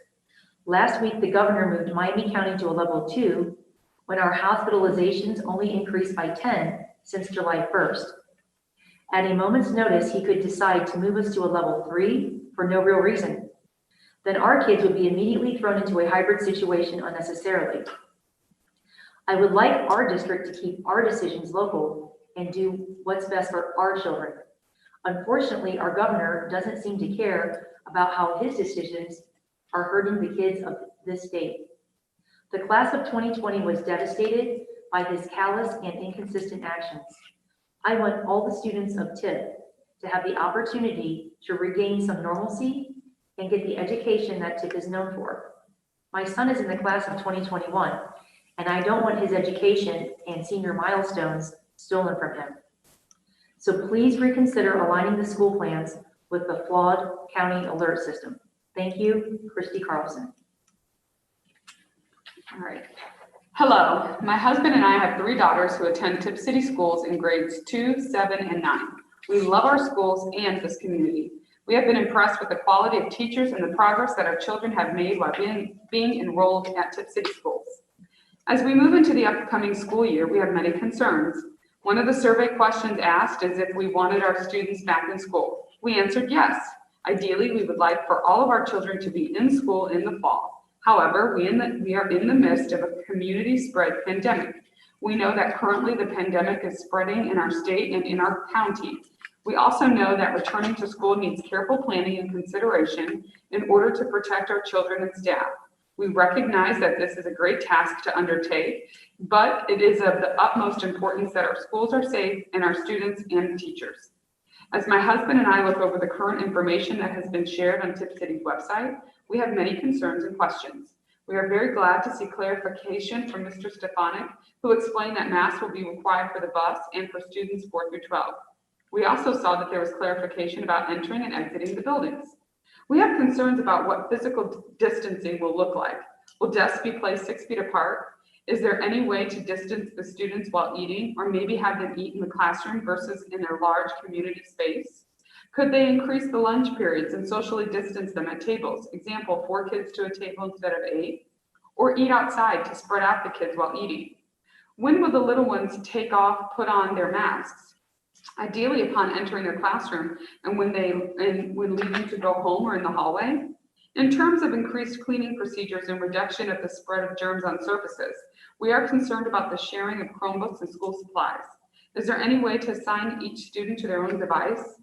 Would it be possible for students to only use their supplies versus having a caddy with pencils and crayons? We also wonder about the frequency of hand washing throughout the day, especially before eating lunch and snacks or recess. What steps are being taken to limit the number of students and teachers each person is exposed to, especially in the middle and high school? Is there a way to schedule our students with the same group of students to reduce the number of students they are exposed to? Could teachers move to students versus students moving to teachers to prevent large number of students in the hallway? How will large classes such as band or choir be handled? In regards to the online option, we have also considered that and have not ruled it out. We have concerns about the online option as well, though. We understand that this is a resource for many families, but never having used a platform such as this, would Tipp help us select appropriate classes for our children that are in line with Tipp City's classes? Our older 2 daughters are in advanced classes. We are concerned about the quality of the online option not being the same standard as Tipp City teachers. Troy is using the Troy Online Academy, which was taught by Troy teachers virtually for parents who feel that it is to be a safer option. They also have a curriculum that they're implementing that will allow for an easy transition if the county levels change from 3 or 4. We wondered if Tipp considered such an option. My oldest has been working all summer for her advanced freshman classes and has almost completed her assignments. If she does online, none of that work will be counted. Although this is a temporary situation, the quality of our children's education is extremely important. If our children do online options, are sports still available? Our girls have been in sports all summer and value being in sports for exercise and socialization. Finally, is there any flexibility in this plan? If our children do return to school and don't feel comfortable or safe in the online, or if the online option does not work out, can we change, or are we locked into the choices made now? We are truly concerned about our children and our community as we move forward to the fall. Katie and Eric Anderson. Hello, Mrs. Dunaway. I am hopeful the Tipp City School Board is discussing the Chaminade-Julian transportation issue. My husband and I continue to support Tipp City Schools and find it disheartening that it has not been willing to help with transportation for our 2 boys to CJ. We are hopeful with new eyes we will receive a good outcome. Sincerely, Andrea Forrest. What will remote learning look like for high school students? Will they have a set time and Zoom, Google Meet with their classes daily, or will they basically be given assignments to complete independently? Are students required to wear masks at school? 3, if students are face-to-face and someone in one of their classes tests positive for COVID, I assume they will all be required to quarantine. Will they switch to remote learning for that time period? 4, if Miami County reaches a level 3, will all students be on remote learning? 5, will my high school students still be able to change their choice if they decide they're uncomfortable in the school or if they feel like they aren't learning remotely? 6, is our selection for the entire year or the first semester? Thank you for your help, Nicole Spencer. First, I would like to thank the Board of Education for the time and efforts trying to keep our students safe. We had purchased our house in Monroe Township so my son could go to Tipp City School. I am concerned. If I choose the online option for the first semester, it will not be the same Tipp City standards. With that being said, my concern is I have not seen a written plan if a student or staff has tested positive for COVID. Is a school closed? Is the whole district closed? We have many families in Tipp who attend schools. My concern is all schools would or could be closed for deep cleaning. All students and staff should be testing. Who would do the testing? Would the Board of Health conduct the testing? Also, for a school lunch, what would grab and go consist of? School lunch is some students' only hot meal of the day. Also, what would be the price? I certainly do not want to pay $3 for a sandwich.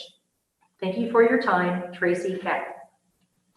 Dear Board and Superintendent, I have read the reopening plan for the fall, and I appreciate the work that has been put into the plan by all of you. I'm thankful for the 5-day in-school option, as I believe all the students need this for not only socialization among peers, but also for their mental health. I do not agree with masking of kids of any age, and I am hopeful the board will reconsider this aspect, making it a parental choice. Not only will this have a negative impact on their learning process, it will also cause unneeded anxiety and uneasiness with several of my children, and I'm sure other students as well. The CDC supports reopening of schools, and there have been several studies that prove children are unlikely to spread or get COVID-19. And there's a link to an article. It's titled, "The Best Available Evidence from Countries That Have Opened Schools Indicates That COVID-19 Poses Low Risk to School-Age Children, at least in areas with low community transmission, and suggests that children are unlikely to be major drivers in the spread of the virus." That was from July 23rd, 2020. I'm also concerned about linking the plan to the governor's county alert system. That system has several flaws and will cause havoc and chaos in our community, in our district. The kids deserve consistency and normalcy. Last week, the governor moved Miami County to a level 2 when our hospitalizations only increased by 10 since July 1st. At any time, he could decide to move us to a level 3 for no real justification, which would cause our children to be thrown into a hybrid situation unnecessarily. Even yesterday, new COVID-19 cases in Ohio were 0. It would be in our best interest to keep the decisions for our school district local, so we have control over what is best for our students, our teachers, our staff, and most importantly, our students, who have already had to sacrifice so much over the last several months. They have lived in a world of inconsistency, uncertainty, and been penalized for no fault of their own. Unfortunately, our governor doesn't seem to take into account how his decisions and mandates are hurting the children of Ohio. The entire class of 2020 in this state were devastated by his actions, and I do not want this to occur again. My son is part of the class of 2021. I do not want his senior year to be stolen from him. He and his classmates deserve to participate in all the milestones that come with their senior year. They have put in the time, the hard work, the days and hours, the studying, and the practices. The senior year should not be taken from them. They deserve to have normalcy and memories as all of us did in our senior years. All of our students within Tipp have the opportunity to regain a normal school year. Get the education that Tipp is known for, and I call you all to make the decision that is the best decision for our students, or of our students. So please reconsider aligning the school plan with the flawed county alert system and masking our children. They deserve better than this. Thank you, Andrea Healy, Tipp mom of 6. Dear Tipp administrators and board members, I know there has been a tremendous amount of time that has been poured into the proposal for reopening our schools this upcoming year, and I thank you for that. Beyond the creation of the plan itself, I know that all of you have spent countless hours reading through information on the virus, recommendations by numerous health experts, as well as the countless emails you have received from Tipp families, myself being one of them. You have had to go from educators and educational advisors to deciphering medical and scientific information. I realize it has been a long and difficult past few months for all of you, so thank you. The virus has become an extremely emotional topic for all of us. We have watched our country, which was already divided politically, divide even further over this virus. This virus is a very personal issue, and emotions are running high as everyone has an opinion on what is best in battling the virus, and now as parents and schools are trying to decide how to best move forward in the education of their children and students. My hope as the board moves forward tonight with the reopening plans presented to you, that you will keep in mind the division on this issue and realize that the real solution to address everyone's concern can be solved in one simple word, and that is choice. Parents need the freedom to choose what is best for the family situation and for their children. While I have already written each of you regarding my concerns in the usage of the state alert system, I will reiterate them here again. This alert system was never intended to be used by educators as a gauge on how to bring students together for education.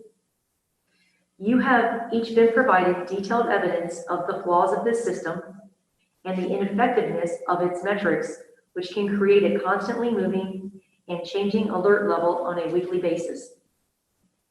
We should never put our students in a position where their education can potentially change on a week-by-week basis. Secondly, the hybrid option that has been presented as part of this plan has left me speechless. As educators, how can this possibly be considered what is best for our children to have them flip-flop every week between being taught by their teacher and then being taught online?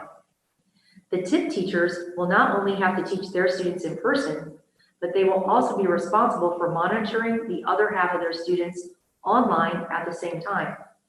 This is an unrealistic expectation for both the teachers and for the students. Beyond the education piece, working families will be left scrambling to find daycare, teach their children's education 3 days a week, all while continuing to maintain their employment. Then there are the services that many of our students depend on from the school system that will not be met 3 days a week: lunches, counseling, and IEPs. These children will without a doubt be the biggest losers of a hybrid system. As parents and educators, we all know that children need routine and thriving consistency. As parents, we need to be given the choice of virtual learning or in-person learning 5 days a week without the threat of disruption in that choice. By having the hybrid model in place, those parents who choose in-person learning are not being treated in the same way as those who have chosen the virtual option. Our choice to have our children in school 5 days a week is being taken away from us.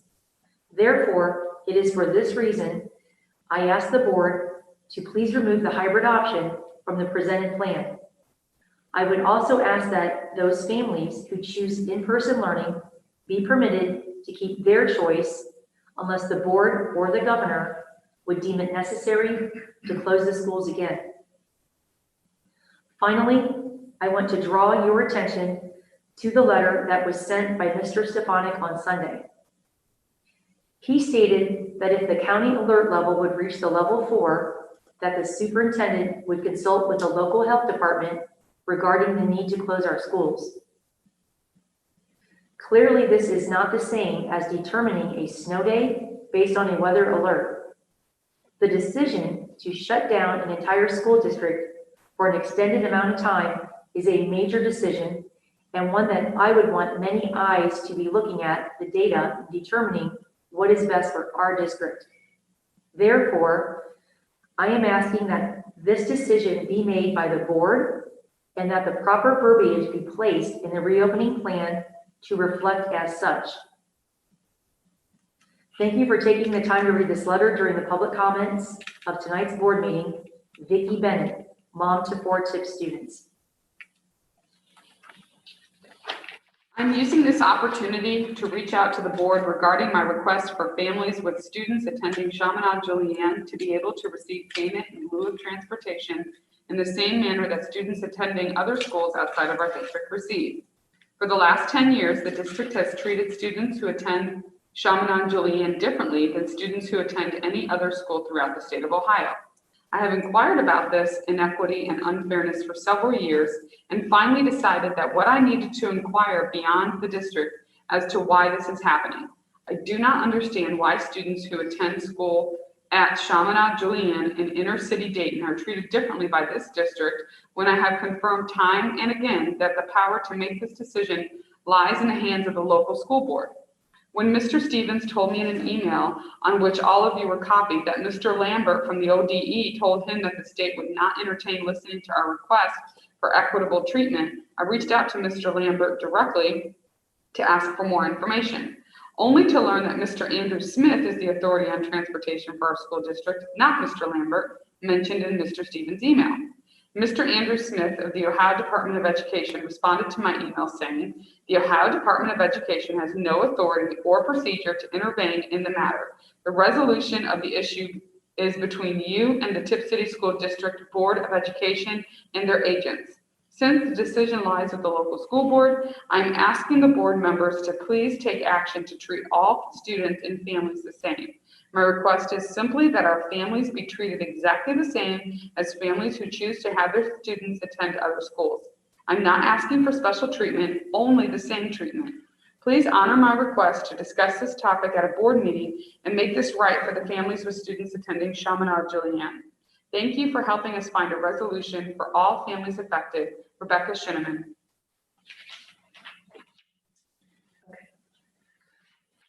By way of introduction, my name is Andrew H. Johnston, and I represent Carly Hopping by and through the Hopping family. I presented a formal request for tuition admission to Tipp City Exempted Village Schools for Carly Hopping for the 2020-2021 school year. The policy provisions and reasoning are addressed in the letter dated July 24th, 2020, and addressed to counsel for Tipp City Exempted Village Schools, Helen Carroll. While I would be remiss not to address my client's inability to address the board regarding the ever important issue, after being informed twice that she would have just that ability, to say the least, my clients are very disappointed. The board will not get to hear from Carly in person, look her in the eye, and see her fear and disappointment regarding not being able to graduate from the only high school she has ever known, and see the conviction with which she is pursuing admission to Tipp City Exempted Village Schools. To this end, please see the written statement of Carly Hopping. Tipp City School Board, my name is Carly Hopping. I am writing to you today to make you aware that your collective decision to abolish open enrollment has lasting impacts on me as an affected student and the relationships I have built in your school district. I never imagined that my senior year, during an already unpredictable time, I am faced with such adversity and anguish over the conversation you are having here today. I wish I did not have to prove to you why I should be allowed to stay. I wish all of my hard work, dedication, and involvement at Tipp was enough. Personally, my life will be immensely affected. In my several years at Tipp, I have spent 4 years in the choir, 3 years in swim, 3 years in French, 1 year in cheer building, irreplaceable relationships with my coaches and teachers and friends. This includes teacher Mrs. Robertson, choir teacher Amanda Hughes, nurse Elizabeth Makeley, RN, and coaches Carl Stanberry and Kelly Drayton. I have also participated in Student Senate and Model UN.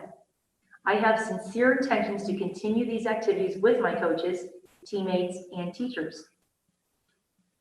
It is important to me that those of you reading this with the ability to prohibit me from maintaining these extracurriculars and relationships for the entirety of my high school career know just how deeply involved I am with your school district and how not being able to complete my high school career at Tipp City will negatively affect me. If I am no longer allowed to return to Tipp, I cannot take French 4 as no other local school district offers this class. I will not be able to be a part of my swim team for my senior year. I will not be able to participate in a powder puff game, senior prom, or even graduation with my classmates, and this breaks my heart. Not to mention the fear of how this decision will impact me as I near college. I am not a passive student at Tipp. I have maintained a cumulative GPA of 3.54 while participating in all of the above mentioned extracurriculars. In my final year of high school, it will be nearly impossible for me to start over. build meaningful relationships like the ones I have created over the last 5 years, and ever truly feel proud to graduate with another unfamiliar class. Not to mention how much harder it will be for me to prove myself in another school district in the current state of the world given the pandemic. Please think of how your kids would feel in my shoes. My family is willing and prepared to pay tuition so that I may continue thriving in your school district. Please don't take everything I know and love away from me. It is never too late to do the right thing. Please allow me to be admitted as a tuition student for my one last year of school at Tipp City.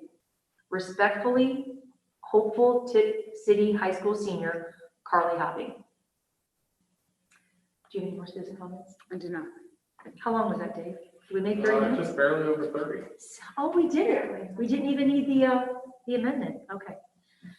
So Heather, this time I'm not gonna, last time I got confused, remember I went right into, so we now have Mrs. Junker here, and she is going to do TCEA comments. I'll give you guys time to take a breath. Thank you. On that. I'm not gonna speak about masks, except I want to just continue to state the importance of keeping our staff and our students healthy. And I think Mr. Stein and Mr. Verhoff have done a great job on giving you the information already. And I firmly believe that they are supporting our staff in that. And it will be your decision to make on that. But I did want to take a minute to just talk a little bit about, a lot of teachers at this time, we're always wondering about, how are we going to make that upcoming year successful for our students? It's something that we always have in our head. Most of us had that in our head back in May, before the other kids are even out the door yet, thinking of, okay, what am I going to do next year when it comes to that? And so that's kind of what I want to talk about today a little bit, and to think about, as we talked about that, and we all of our teachers chat, we were like, okay, what activities and inspired decor and all, innovative technology are we going to use? But then it just dawned on me, it made me think about that. It's not about those activities and the technology or those projects, because all that's going to happen. But what it really is, it's the adults. It's the adults that are going to make this successful. And how those adults in our children's life deal with the upcoming school year. And as you could hear, many of the adults discussing that. And I now realize more than ever that children's success will depend on us as the adults, parents, teachers, the administrators, the support staff, our board members working together to provide for our students and our children, and helping them become good citizens and have a successful life. Because it's not simply just bringing them into a classroom and then going, okay, they're going to be successful. It doesn't work like that. It's not about the teachers teaching or the students learning. That doesn't work like that either. It's about the adults, and the adults staying positive, especially in front of the children, staying positive, being patient, and above all, communicating effectively with one another, because our children deserve that. And they deserve us to be patient. So I ask the parents that are listening tonight to be patient with the administrators as they develop their plan that is in the best interest of our students and staff, and to be patient with our board members as they work through all the facts and opinions in approving our plan that will focus on the health and well-being of our students and staff, and be very patient with our teachers as they work tirelessly to juggle their home lives and develop new innovative ways of learning. And our students, being patient with them because they're going to have to navigate a new way of learning. And of course, parents having to learn new ways to help their children. So patience is important. And for our children to know that we have the positivity for them. Children need to hear us believe in them. Children need to hear that we believe in the teachers and the educators that are going to be there with them every single day. And those children must hear that no matter what, we have their well-being in mind when we expect them to follow our new rules and procedures. And adults do that. It's the way we express that to them. Children need to hear that the adults, we've got this, we're going to take care of you, and we're going to do this for you. And then above all, like I said, children deserve good communication among the adults. As adults, we expect our children to communicate in a kind and polite manner. We expect them to give eye contact and speak clearly. We expect them not to bully or even say unkind words on social media. But remember, our children don't just learn from our words, they learn from our actions. And as adults, we must stop and step up and start communicating directly to one another. Because unfortunately, it's become way too easy to fuel fires through social media, gossiping, or even actually emailing complaints to board members. It's become too easy. Our children deserve better than that. We as adults deserve better than that from one another. So, more than ever, we must work together for the good of our children. We deserve that, they deserve that, they deserve a team. And I ask you as board members today, TCA, parents, our support staff to work together and communicate and stay positive, because we are going to be the ones that are going to make this successful for them. They're going to come to school. They're resilient, children are. They're very resilient, and if you tell them they need to wear their masks, they wear their masks. If you tell them that I'm going to give you a break in 2 minutes, you need to keep your mask on while I'm talking to you, they'll do it. They're resilient. They're excited to go back to school, and so are the teachers. So I thank you, and I look forward to this very unusual reopening of our school this year. Thank you. Thank you so much. Okay, president comments. Well, let me just state, I'm sure that when Dr. Combs became superintendent 5 years ago, she never ever envisioned, having a board meeting in this space, because I don't think we've ever done it before. No.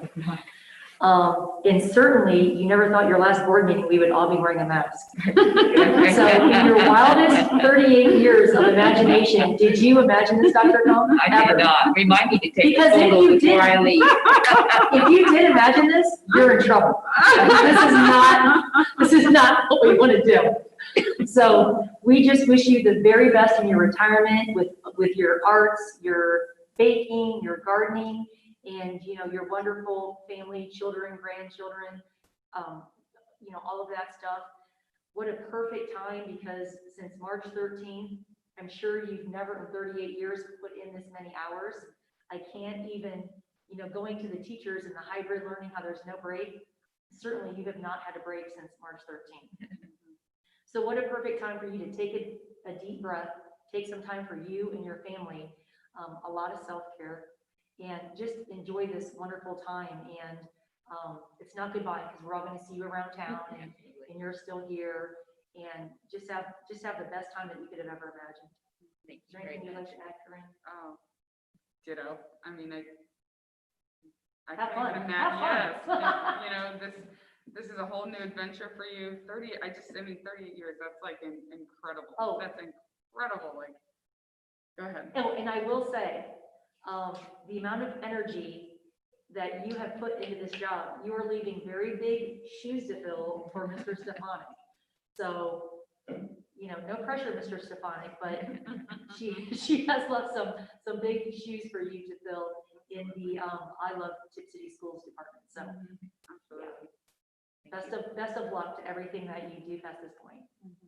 Thank you all. Oh, you're welcome. Thank you. Thank you for all your work. Yeah, feel free, everybody chime in. I'm just not so sure you're really gonna get to retire.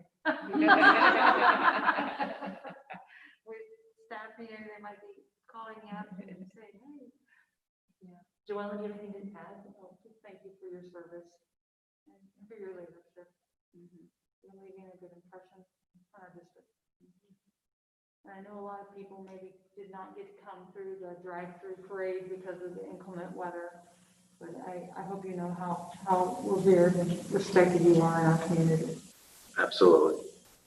Thank you. We didn't let any raindrops deter us. Compared to COVID, that's nothing. So, thank Simon, you. did you have anything else to say, Simon, other than? Oh, okay, great. Okay, Thank so you. I think if we've all made our comments, we'll move to item 7, which is the approval of minutes. I apologize, it just gave me a message, something couldn't be saved. Uh-oh, well, take your time. We don't want any kind of last minute Got it. conundrums. Okay. All right. I'd I'd like to get an approval of the minutes from the June 22nd, 2020 regular meeting. I'll make the motion. Second. Motion and second, Dunaway, Zakor. Any comments? Ready for a vote? Dunaway, Yes. Zakor, Yes. Dahl, Yes. Heatherly, Yes. Patrick. Motion carries. And those have now been posted online automatically. Great. Isn't that nice? I Oh, I love love it. your new system. Okay, motion for approval of the minutes from the June 30th, 2020 special meeting. Can we motion to approve both of those minutes, the June 30th and 21st at once? Or do we have to? do For it it to separately? release, it has to all be done individually. Gotcha. I'll motion. I'll second. Motion and second, Dal Dunaway. Any comments? Ready for a vote? Dahl, Yes. Dunaway. Yes. Heatherly, Yes. Patrick. Yes. Zakor. Yes. Motion carries. And last but not least, looking for a motion for approval of the minutes from the July 21, 2020 work session. I'll make the motion. I'll second. Motion and seconded by Dunaway and Heatherly. Any comments? That was a long one. Yeah. Oh, yeah. Okay. All right. Okay. Ready for a vote? Dunaway, Yes. Heatherly, Yes. Dahl, Yes. Patrick, Yes. Zakor. Yes. Motion carries. Okay.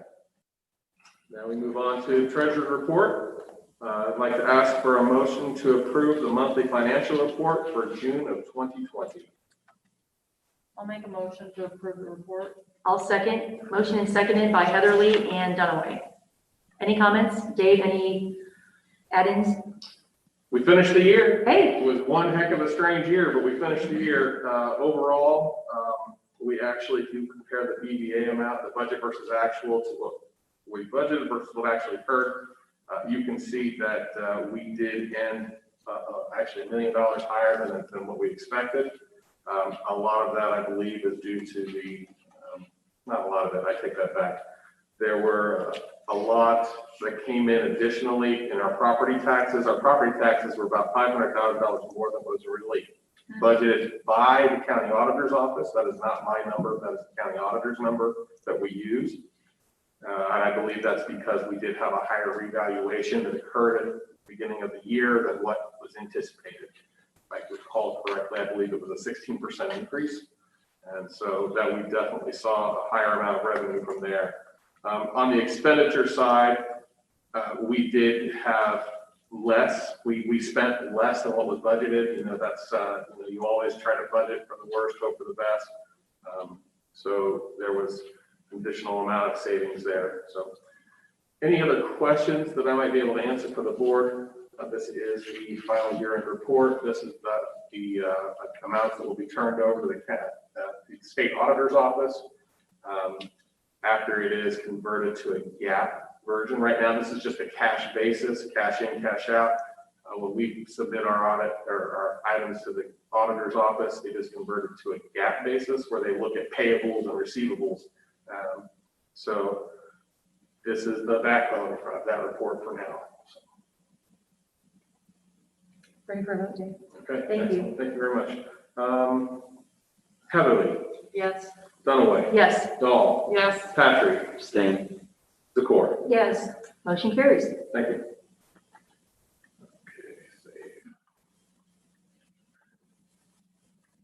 Okay, I am looking for a motion to approve ORC 5705.41 purchase order certification, then and now for June of 2020. That should say fiscal year 2020 for June 2020, not fiscal year 2021. So I will change that.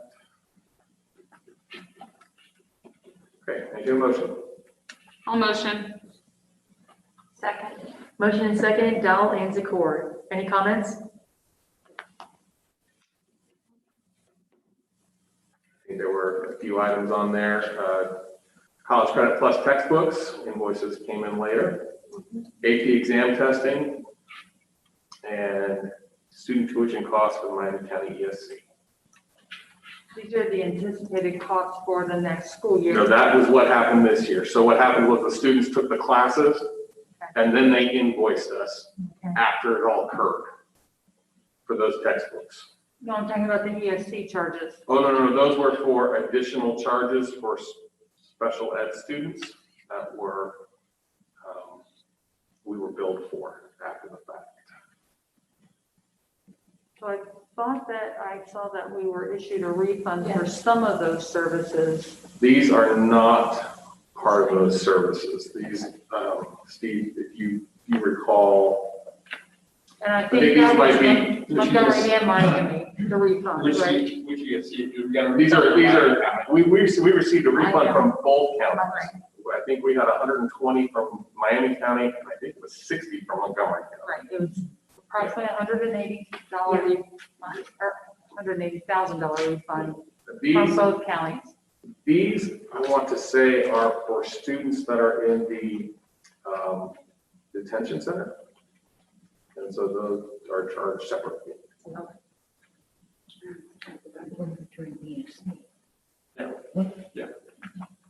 It could be, I could pull it up, but If it's for the detention center, then yes, that would be something that would be paid through the, Yes. through something.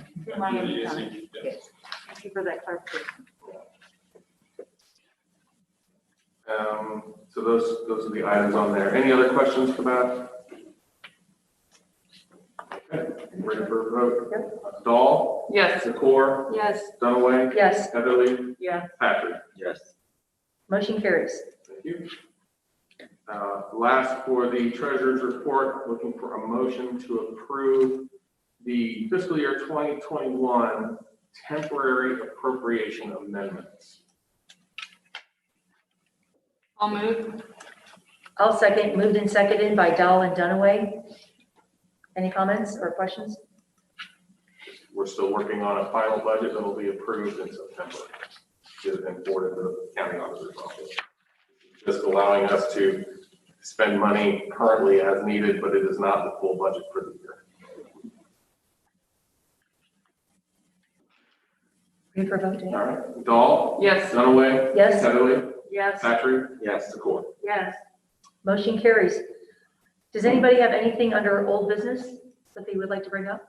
I would, but it's not really old business. I just wanted to extend a thank you to City Council and to our City Government Center for allowing us to be here tonight, and to acknowledge Doug, who set up all of our microphones, our Wi-Fi, and worked with Dave for our recording tonight. Yeah, and I would like to add on to that, I would like to thank Mrs. Dahl for coming up with this idea, because we spoke on the phone the day after our meeting, and she and I said, we cannot have this happen again. Our parents are really anxious. We need to get this out. And then she had the wonderful idea to do this. And thank you, Dr. Kump, for calling Mr. Eggleston and his team and making this happen. It was a great idea. So A wonderful yeah, explanation. I'm glad it worked out. Well, we had Dave until midnight on the night of his Yes, son's birthday. it was I actually like left one the of- office at 1:30 in the morning. yeah, it was 1:00 in the morning because he sent us that email. And yeah, so we did not want that to happen to anybody again. Yeah, that was very Yeah. stressful. Felt very bad.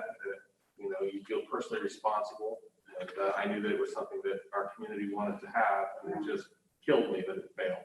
We appreciate your efforts. And the other reason we came here tonight was one thing that we were working on as a board before COVID hit was getting individual microphones at our spaces in the board office. And then COVID came and that got put on the back burner. So that was another reason we came tonight, because with the mask mandate and no microphone, it would have been very hard for our community to hear us tonight, have our discussion. So, So yeah, huge shout out to City. yeah, so thank you. Absolutely. Yeah. Takes a village. Hey, take City Village Schools. There you Six go. City Village Schools. Okay, new business. That's you, Dr. Combs. All right, All right. item A, recommend approval to accept the following retirements. Gary Pfister, Director of Business Operations, effective July 31st, 2020. Dale Kress, Maintenance and Custodial Worker, effective January 1st, 2021. I'll make a motion. Second. Motion and seconded by Heatherly and Dahl. Is there any discussion? If the motion fails, does that mean Gary can't retire? I'm just throwing that out Yeah, no there. slavery. Now let him go. Sorry, Gary. Motion failed. You are still working to these things. Another huge thank you to Gary, Yeah. who has worked tirelessly for our district, and been so key. Yeah. Yeah. He's a valued team member, and it's I'm happy for him that he's leaving, but it's sad for us. So he will be greatly missed. And Dale, we have until January, so we'll bring Dale up later. But There you go. best wishes to Gary and his family. Absolutely, and I had mentioned before, he definitely has this unique ability for figures and work with facilities, so he did an outstanding job with that. When we were working on our bond issues and making plans, so we will miss He him. knew so much history of our district as well. Yes, he does, he understands the district very well, so thank him for that service and for all those skills he brought. I also think he has that wonderful thing of, you know, when he's working with vendors, he's personable and they like him, but they know not to mess with him. So, and I feel like that's a skill set that is just inherent. And he kind of had that inherent, you know, that skill. So that will be missed because they were nice, but man, they knew that they could not mess with him. So I really appreciated that about him. So. Ready for a vote? Yeah, we're ready for a vote. Heatherly. Yes. Dahl. Yes. Dunaway. Yes, Patrick. Yes. Zakor. Yes. motion carries. Item B, recommend approval to accept the following resignations. Leslie Cristofano, Assistant High School Principal, effective July 31st, 2020. Rick Wamblaw, Memocopic Nurse Aide, effective August 31st, 2020. Motion, I'll move, I'm sorry. Moved and seconded by Dunaway, Dowell Dunaway. Any comments? Thank you to both for their service. Absolutely. Yes. I'll make the same comment that I made Tuesday, which I would just like to thank Leslie. One thing she did, which was very spectacular, was she changed the way we do the National Honor Society ceremony. And it was, the venue change was great. Just she tweaked a couple things. There was a lot of positive parent feedback on how she did each kid's kind of, you know, resume. It was very nice. I like that she had each student bring in their most influential teacher. That was very emotional. I really loved that. And she was extremely instrumental in graduation. And I'm leaving out a lot of stuff, but there was a lot of feedback and comments on that. And I wanted to really recognize her for that and give her kudos that she, you know, earned and deserves. Thank you for that. Ready for a vote? Dahl. Yes. Dunaway. Yes, Heatherly. Yes. Patrick. Yes. Zakor. Yes. motion carries. Item C, recommend approval to revise Mr. Mark Stefanik's consultant agreement, originally approved on May 18, 2020, for a bridge term period commencing on the 23rd of March, 2020, and ending on the 31st day of July, 2020, that included up to 15 work days, now to include up to an additional 10 days, anticipated to be scheduled in July, 2020. I'll make the motion. I'll second. Motion and seconded, Dunaway, Dahl. Is there any discussion? Thank you for all your hard work. Yes. If this motion fails, do you not get paid? It's the same thing in the Gary I just situation. walk out right now. Thank you for your volunteerism. Thank you for, and we'll see you on August 1st. Anyway, that's not funny, so, okay. Just so it doesn't, hit the social, you know, I'm very appreciative of this. There's work to be done, and regardless of the extra 10 days, if the 15 days would have run out, I would have kept coming in because there's work to be done for the beginning of the school year. So it's just, we kid around a lot, but again, I appreciate the gesture by the board to extend that, but I would have been here because things need to be done between now and August 31st. So thank you. I would say that you and Dr. Kump had a Herculean task that would be impossible to accomplish with 10 people, and we appreciate you doing that, and it was the right thing for us to do. Thank you. It has. And I'll comment, in addition to her 38 years of service, the time she's given to me to try to help me transition has been amazing. And I've probably been maybe one of the biggest pains in her 38 years because sometimes I can get in the way, and sometimes I ask too much of people. But I appreciate the cordial nature, and she's vacated her office early, and so just trying to make me feel comfortable, and I appreciate it. You're very welcome, and he's been diligent. There is a lot to do. Well, okay, thank you, everybody, for that. Ready for a vote, Dave? I'm sorry, Dunaway. Yes, Dahl. Yes. Heatherly. Yes. Patrick. Yes. Zakor. Yes. motion carries. Item D, recommend approval to employ the following supplemental positions for the 2021 school year pending proper certification and paperwork as per the agenda. I'll make the motion. Second. Motion and seconded, Dunaway, Zakor. Any comments? Ready for a vote, Dave?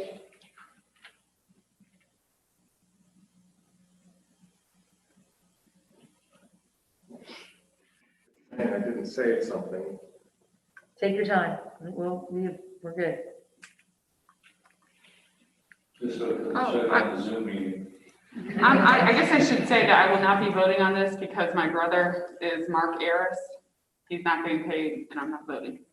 So, making that clear. There you go. Hey, boom. Thank you for him for his volunteers. That's very kind. Got it. Who was the first and the second on that? Who knows? I think it was Dunaway, Zakor. Yes. Mhm, yes. Always a core. Let me just note Mrs. Dahl's comment.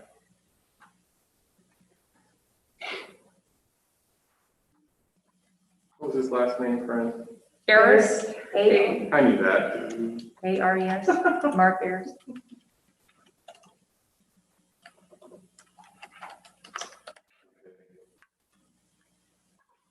Dunaway? Oh, sorry. Sorry, I have a question.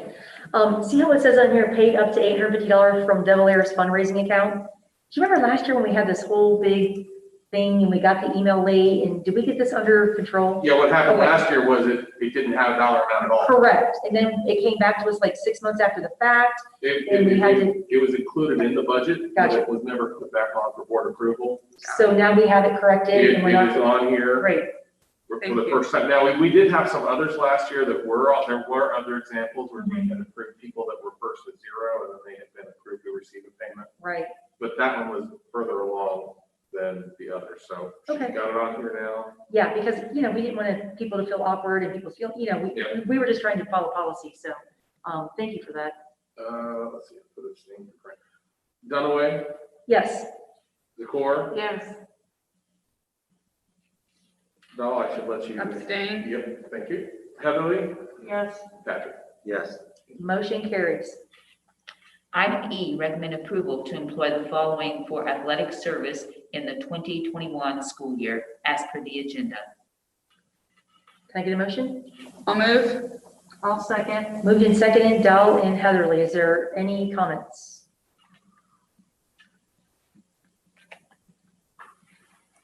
Ready for a vote, Dave? Dahl, Yes. Heatherly, Yes. Dunaway, Yes, Patrick, Yes. Zakor. Yes. motion carries. Item F, recommend approval to continue the partnership with New Creations Counseling Center, Tipp City, Ohio, as our preferred mental health agency for the 2021 school year at a cost of $53,500 payable in 3 installments. The agreement is attached.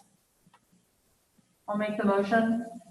I'll second. Motion and second, motion and second, Heatherly and Dahl. Any comments? I have a comment. On paragraph 8, in accordance with RC 5112.04, the Nexus program may provide mental health services to a minor student 14 years of age or older upon request without the consent or knowledge of the minor's parent or guardian. I believe it is state approved for, there's a certain number of sessions, and there are a few, but a certain number of sessions that they are able to conduct before they are required to have a permission. If they cannot go beyond that number, and they must have the signature to continue. I looked up RC 5112.04, and I didn't see it. I'm wondering, is that the correct If number? that's the correct number, I don't know, Mr. Beerhoff, It's if been- you recall that, or you think Number, that's Unfortunately, I don't have my revised code numbers memorized. I would trust that with our attorney and their attorney looking at this, that's probably the correct statute. Well, usually those codes say Ohio revised code. Mhm. The absence of the O makes me wonder, is this It's more of a weird. federal rule? Let's look at Right. it next. Can you jump on that or not? I'm looking it up. Thank you.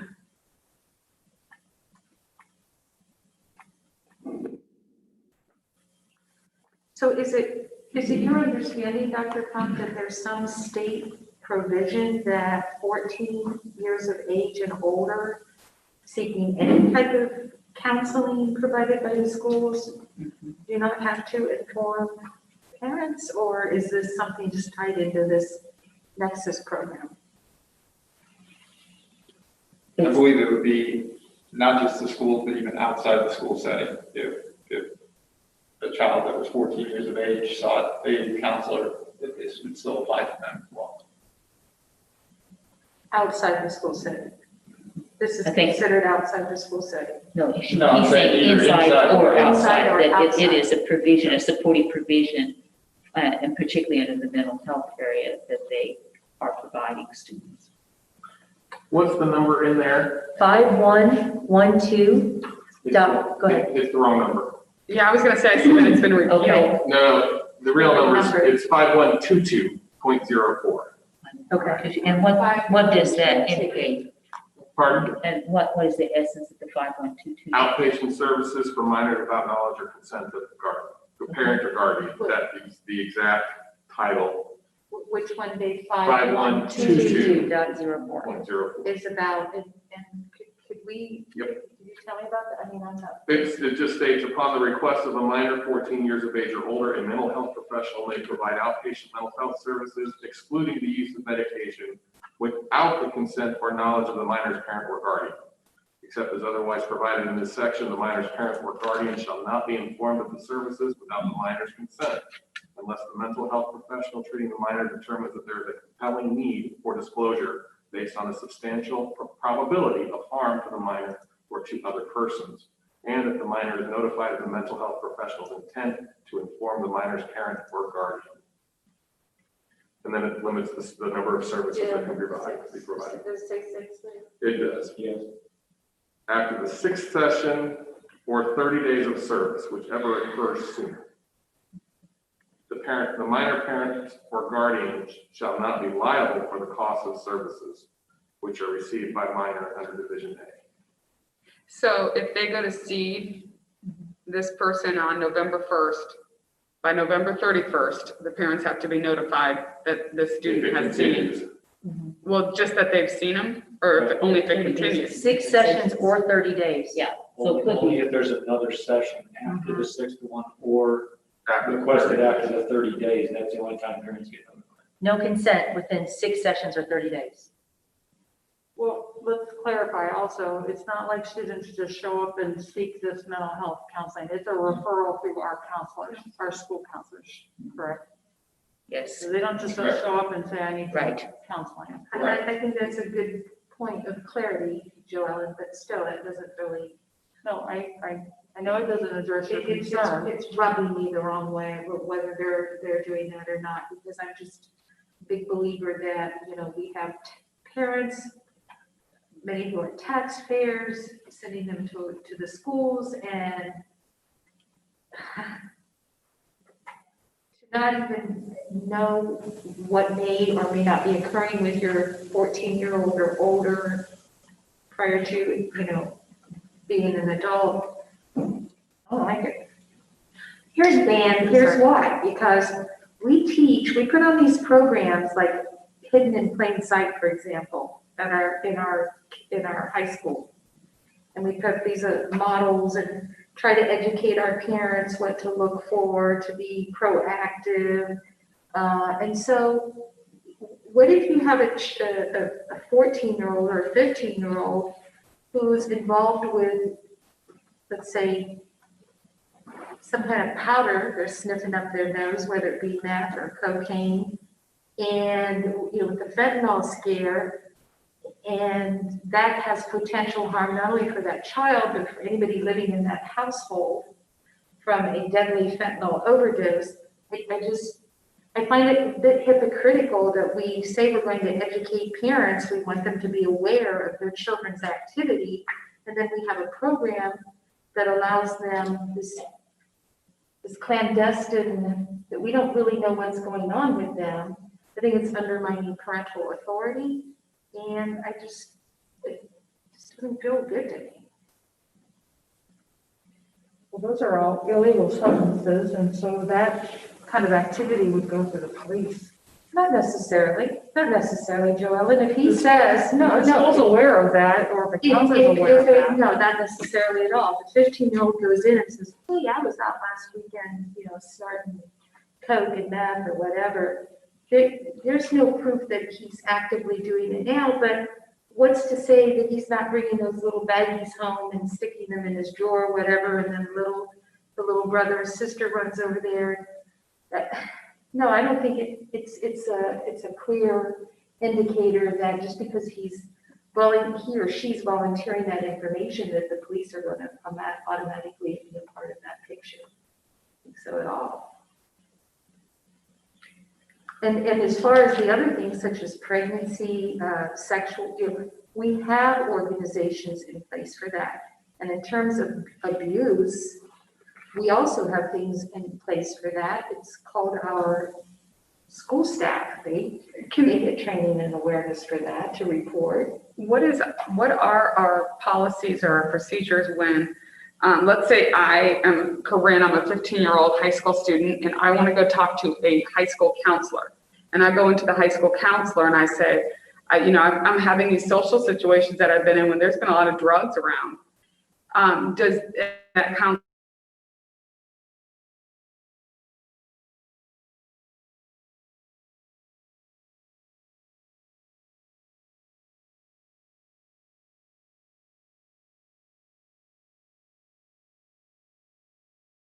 feedback with parents?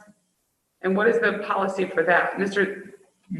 Barrow, if I see you shaking your head, do you know what it is? If it was a situation like that where they're suspecting illegal drug use or harm to oneself, yes, our counselors it's their duty to call the Okay, parents. so and They're notify them. mandated reporters. So then what I'm thinking is this thing that you pointed out, Ann, isn't in line with our policies. If we have counselors who, if I come in there and say, I'm worried about drugs and being exposed to them, the school counselor should be picking up the phone and calling me as my parent, as a mandated reporter. So they can't then refer them to Nexus without the parents knowing. Do you see what I'm saying? Because if Yeah. all students are referred to Nexus through the door of the counselor, Right. right, I feel like these two policies don't really line up. So Nexus can't say that to the kids, we're not going to tell your parents, because parents should already be notified by school counselors.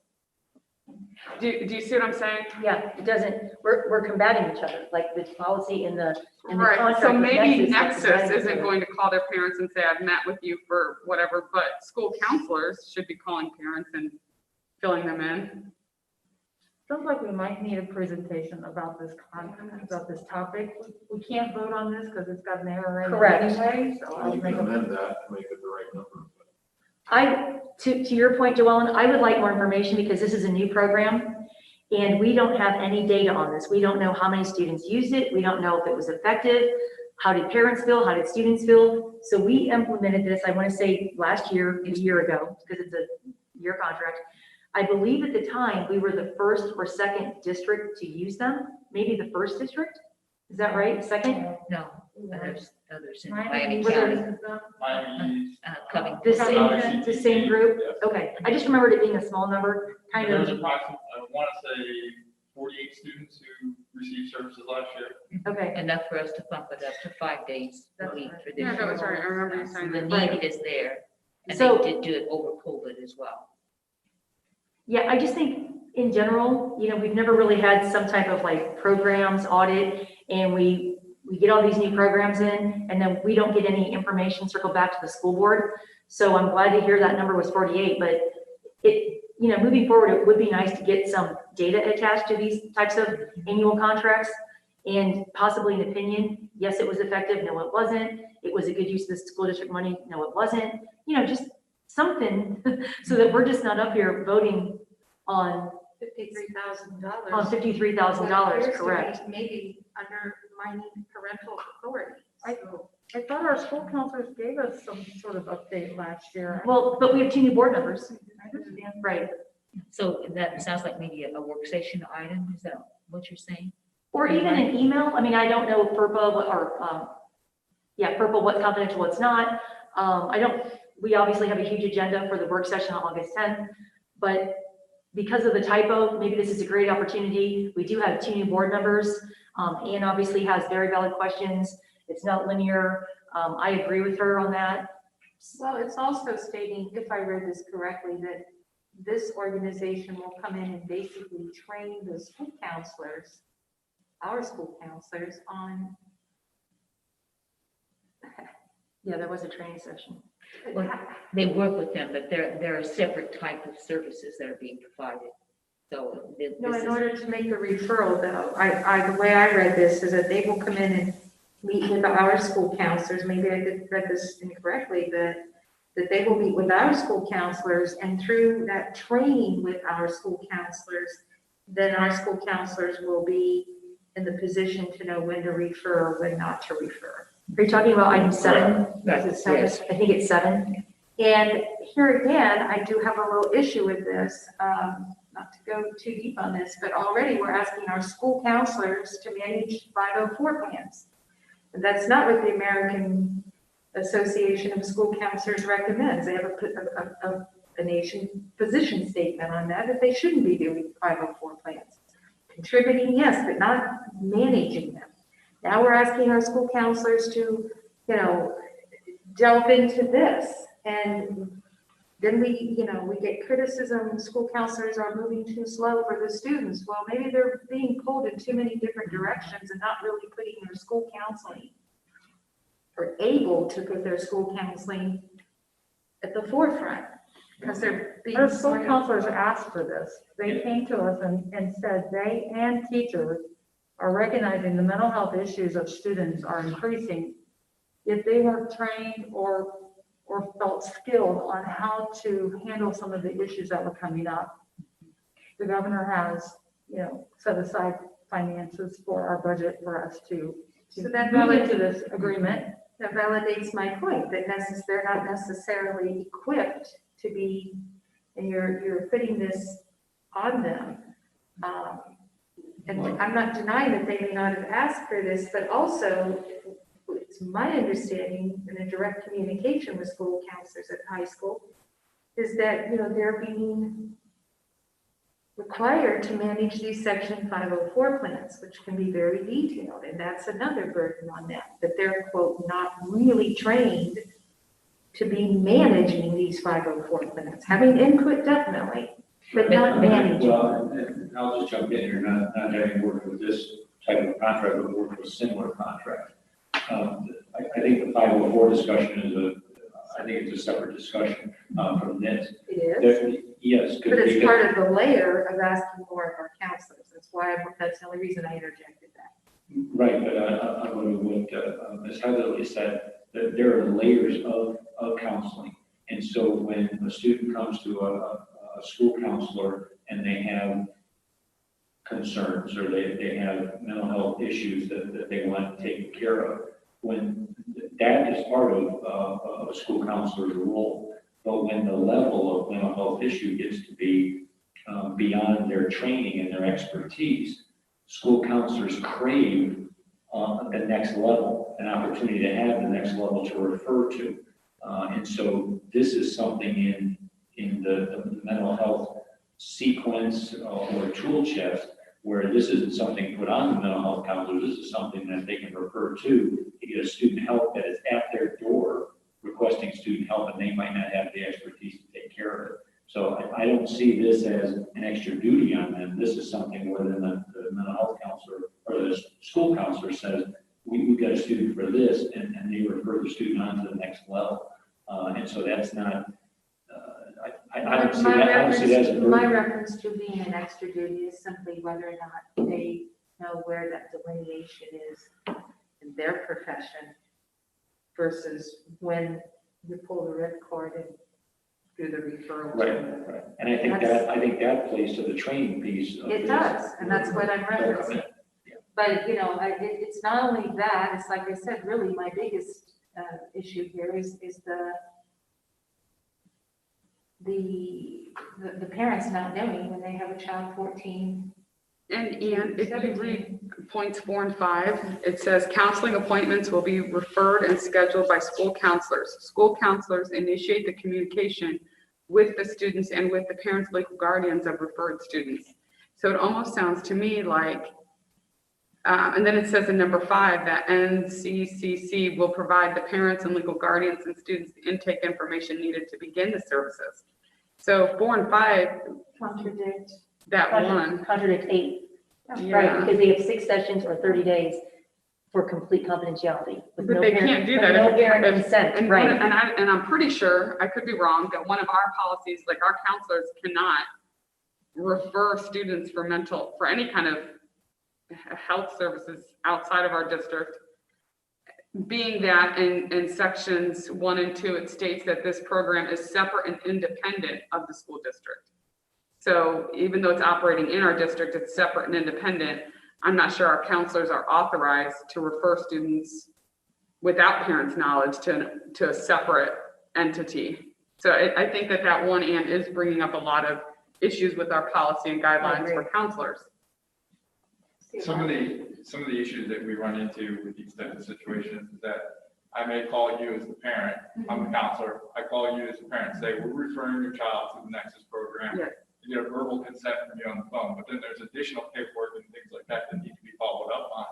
And in some cases, the parents don't do. And so this allows some of the sessions to take place before that paperwork. Where they is time completed. out at the 30-day. And that buys some time for the student and allows for the student to get the help that they need if in the event that the parent doesn't follow through on the paperwork. And we have some of those situations that take place. We also have situations where we may have a student who's in crisis and is having suicidal ideation and things like that, and they need immediate care.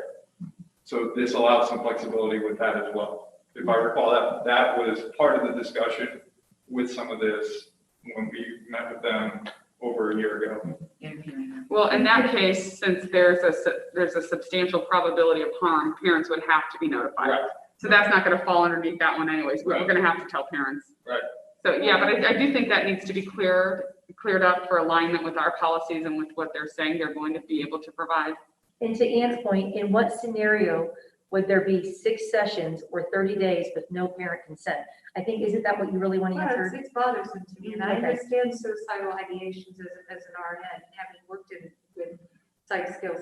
But to be fair, there's also manipulation that goes on. And you want to look at it as objectively and fairly as you can, and I'm certainly never discounting an adolescent's mental state, but I'm saying to be fair to parents, there's also can be very manipulative tactics that adolescents use that may be unfair to the parents as well, simply because the parent didn't know that was going on. They didn't have the opportunity to balance out that information. Sure. And I'm just, looking out for the parental authority. I believe it is still key in our society. And I understand where everybody's coming from. I think what we might have to do is we have to bounce some questions or scenarios off of panel.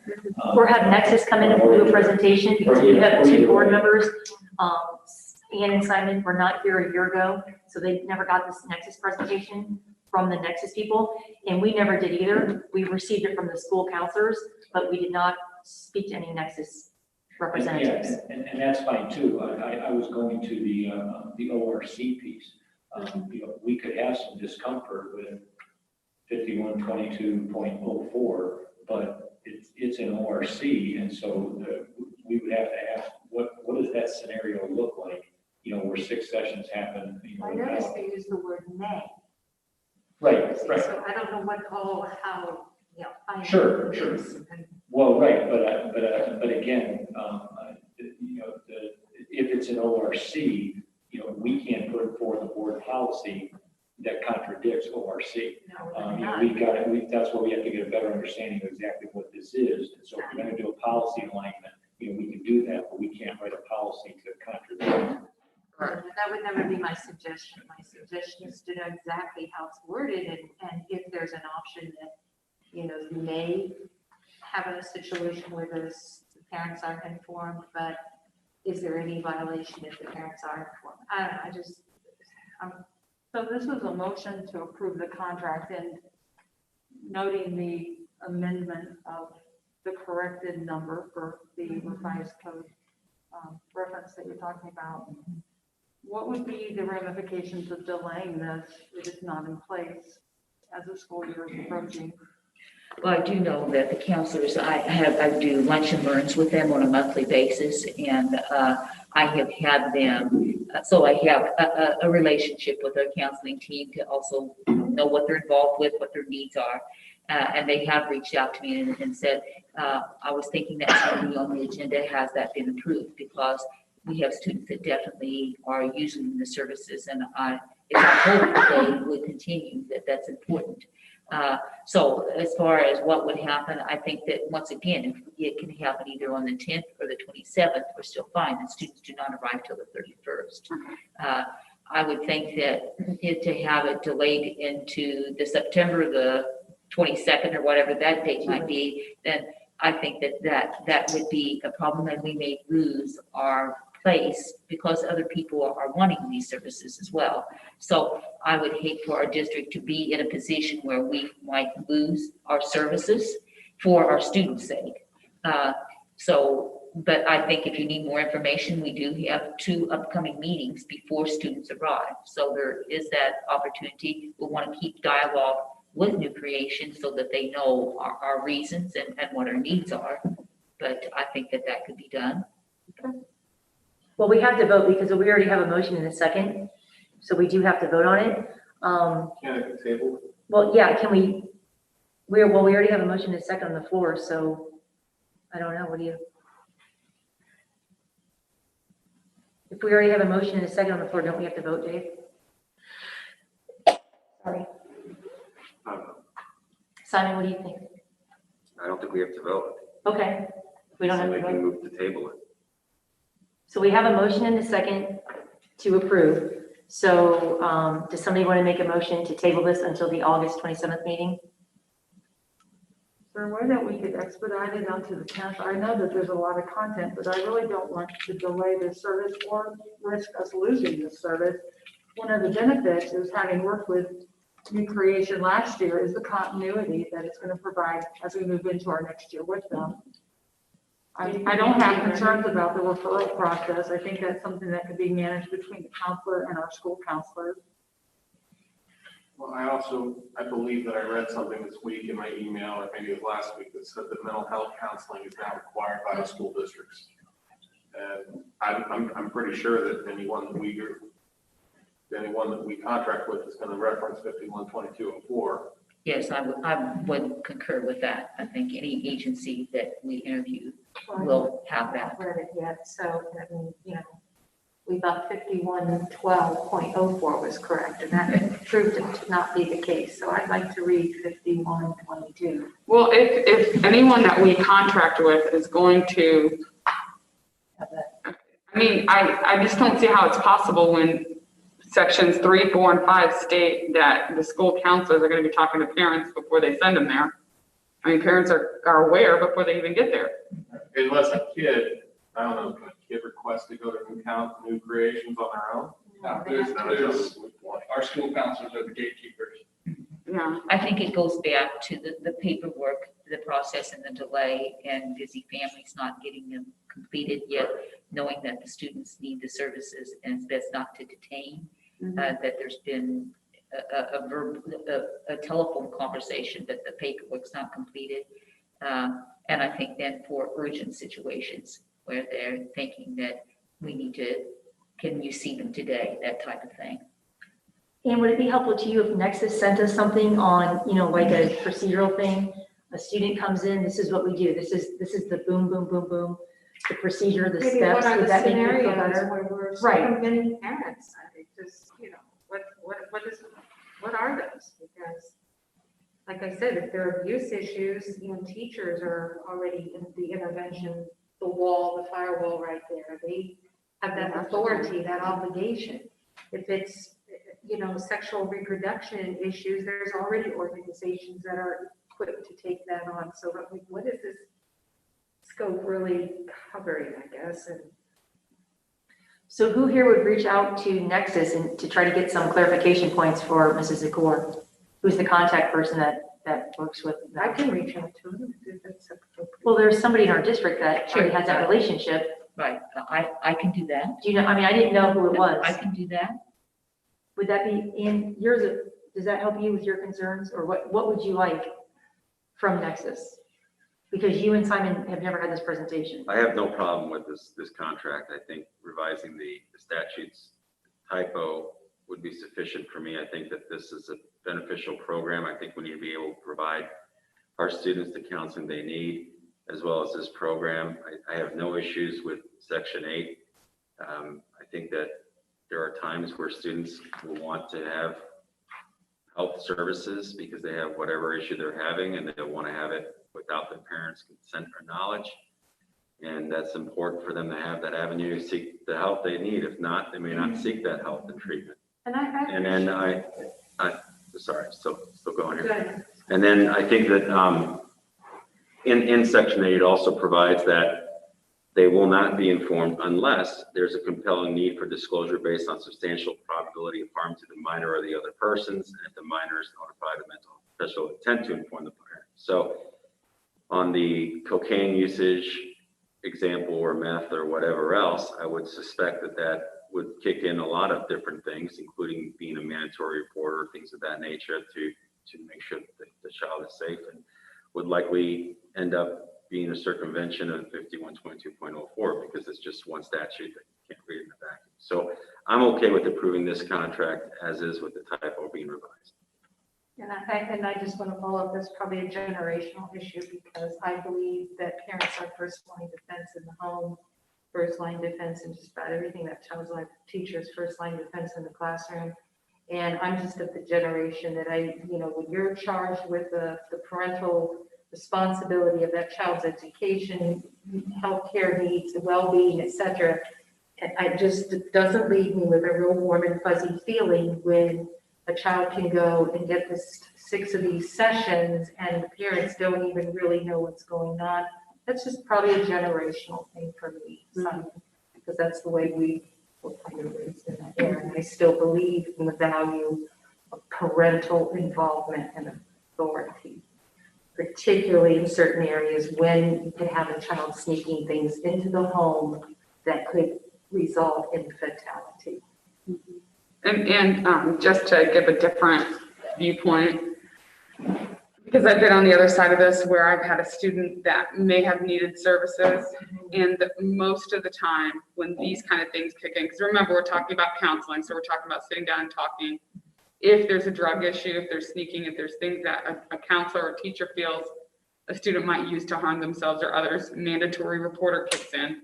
So I have, I'm not going, well, it hasn't been 30 days, or I'm on session 5, I'm going, this child is in danger, their parents might be in danger, and others, so then you have to report. But there are situations like where you may have a kid whose parents are going through a divorce, and the kid is crying out for all kinds of emotional stability. They just want to talk to somebody about how their life is just, you see them sometimes, they walk around like little zombies.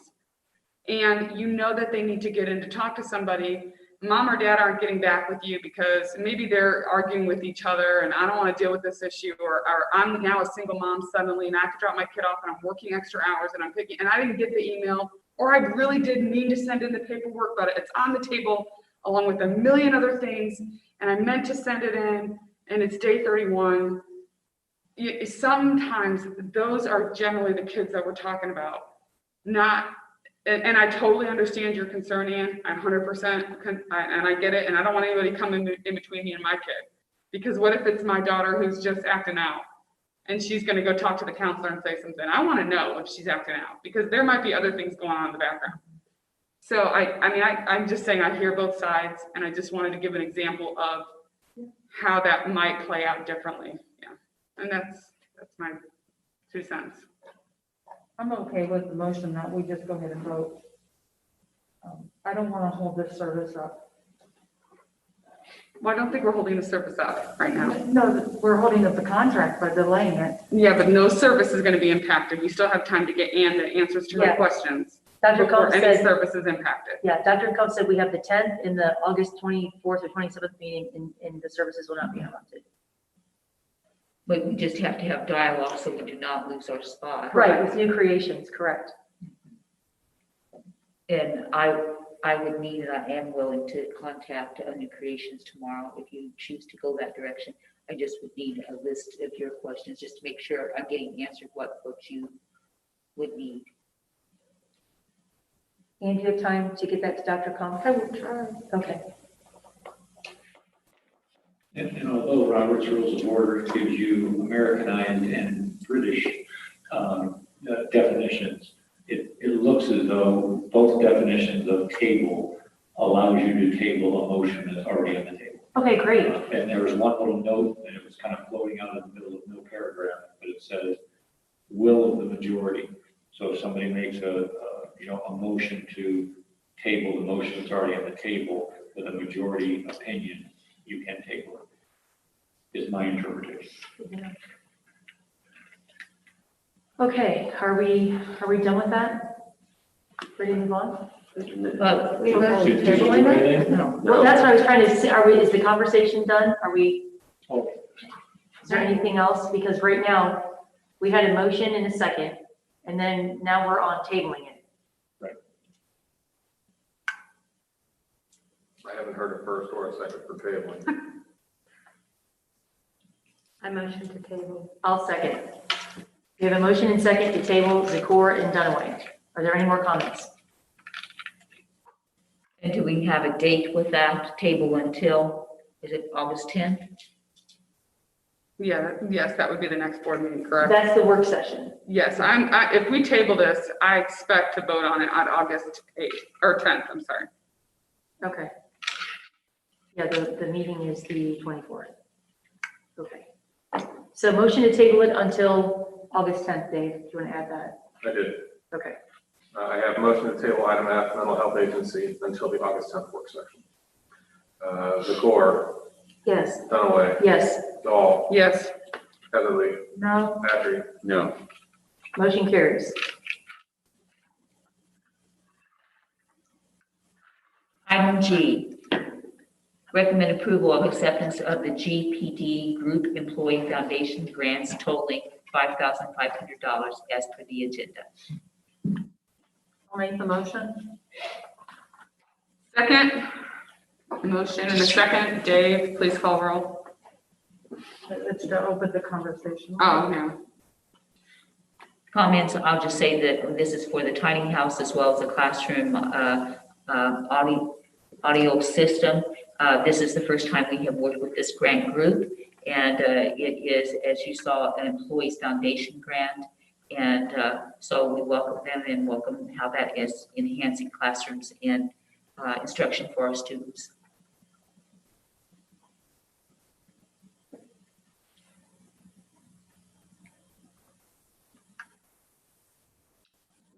Does anybody have any comments or questions? Thanks to whomever reached out to access this fund. pretty sure that was Jim Kitchen. Thank you, Mr. Kitchen. He's great. All right, Dave, when you're ready, you can call roll.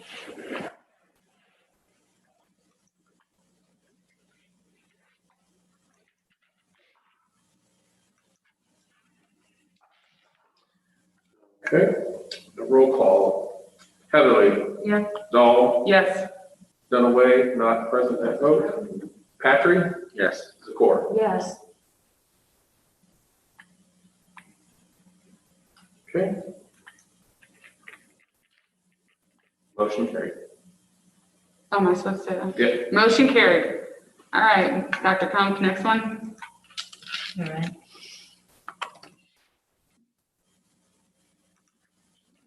Item H, recommend approval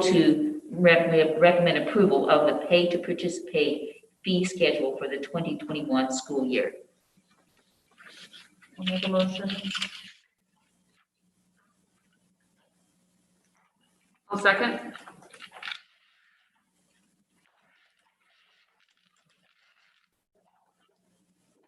Anybody like to discuss it? You're asking for discussion now? Yeah. Okay, I just was going to point out, I did have a very good conversation with Mr. Kramer about this. This fall sports, it is done seasonally. And so this is for the fall sports. It would not be done for, at this time, for any that would be later. It's just for the fall season. And that basically, if for some reason there would be a change, they could either be reimbursed or the credit could go toward future sports within the upcoming seasons, or could even be rolled over, such as they had with spring. Some of the athletes chose to roll over from spring to fall with some of their payments. So I also know that there was reimbursement from the treasurer's office from last spring for that was canceled. So right now, as of August 1st, tennis, golf, volleyball have been checked and that they have been cleared to start. And it's now still looking for the other fall sports of football, soccer, and cross country. They're waiting for clarification whether they will be cleared to start. And that means we're cleared to start with other opposing teams from out of district. So there are layers in this, but we do know that that's like three different groups that so far have been approved. So what if something would happen that would disrupt that, like even early on? And they paid their $100 or their cap if there's, other members, so Refunds, that. if the board approves issuing refunds if the season doesn't occur. Such as in the spring, they did Or have carryover. a couple of weeks under their belt, but I mean, literally it was just a few weeks. And so then we were able to bring that to the attention of the board and we were able to provide refunds. And that went through the treasurer's office that they provided that. Is there any way to have that refund policy decided now and reflected in the receipt for the parents? That way they have already a binding obligation to reimburse versus having to retroactively approve something we're anticipating?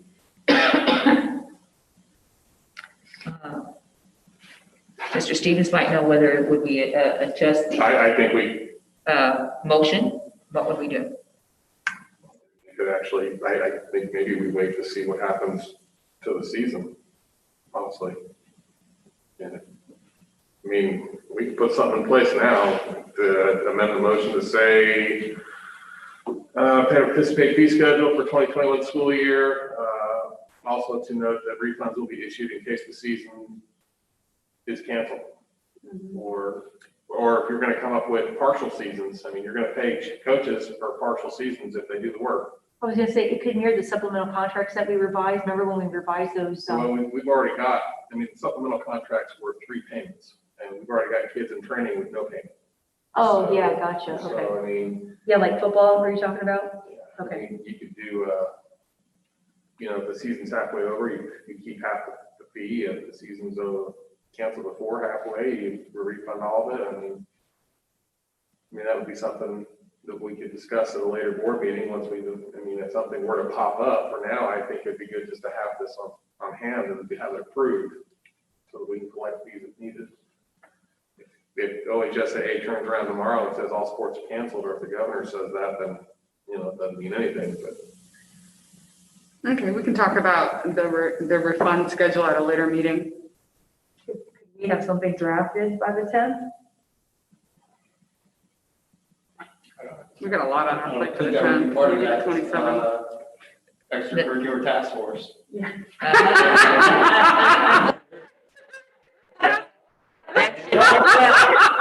That was awesome. That's a question that's right, and they already gave us like 12 moves. There we go. Give that to one of our parent groups. I knew you guys were gonna be on it. Okay, so what did we decide on pay to participate? Are we, Yeah, we're good. was there a motion in a second? I guess. Heavily and tall. Okay. We're talking about approving the fees. That's Yeah, what this is. right. It's not the procedure, the Correct. process, Right, or right. refund Right. procedures. Right. Yep. This just sets the fees, and that's all we're voting on right now. Yep. Correct. So we had a motion in a second. Any other comments? Dave, I think we're ready for a vote. All right, great, I just finished typing. Perfect. Heatherly, Yes. Dahl, Yes. Dunaway. Yes. Patrick. Yes. Zakor. Yes. Motion carries. Item I, recommend approval of the attached 2021 agreement for the city of Tipp City to provide police services to Tipp City schools through August 20th, 2021. I'll make the motion. Second. Motion and second, Dunaway and Dahl. Are there any comments? I would just say that we do value having the coverage of police in our schools and that it's an important piece. It's an important partnership and we appreciate it. It's an important part of our school safety program. Absolutely. I have a question, Dr. Comp. Did anybody send this to Helen? We've done the same contract, you know what I mean, but it was just a question. No, but what I did look at, it was prepared by their attorney, so it has been prepared by an attorney. Okay, perfect. I did check that out. Yeah, thank you for that. I Okay, think Dave, it's there's even no. got his name at the end. It does, at the very Oh, end. how come I didn't see that? Let me go look again. Okay. Approved as to form is what it says. City Law Director Jonathan. Oh, perfect. Great. Okay, if there's no further comments, Dave, you can call roll. Ready for a vote? Oh, there it is. Thank you. City Law Director. Perfect. Dunaway, Yes, Dahl, Yes. Heatherly, Yes. Patrick. Yes. Zakor. Yes. motion carries.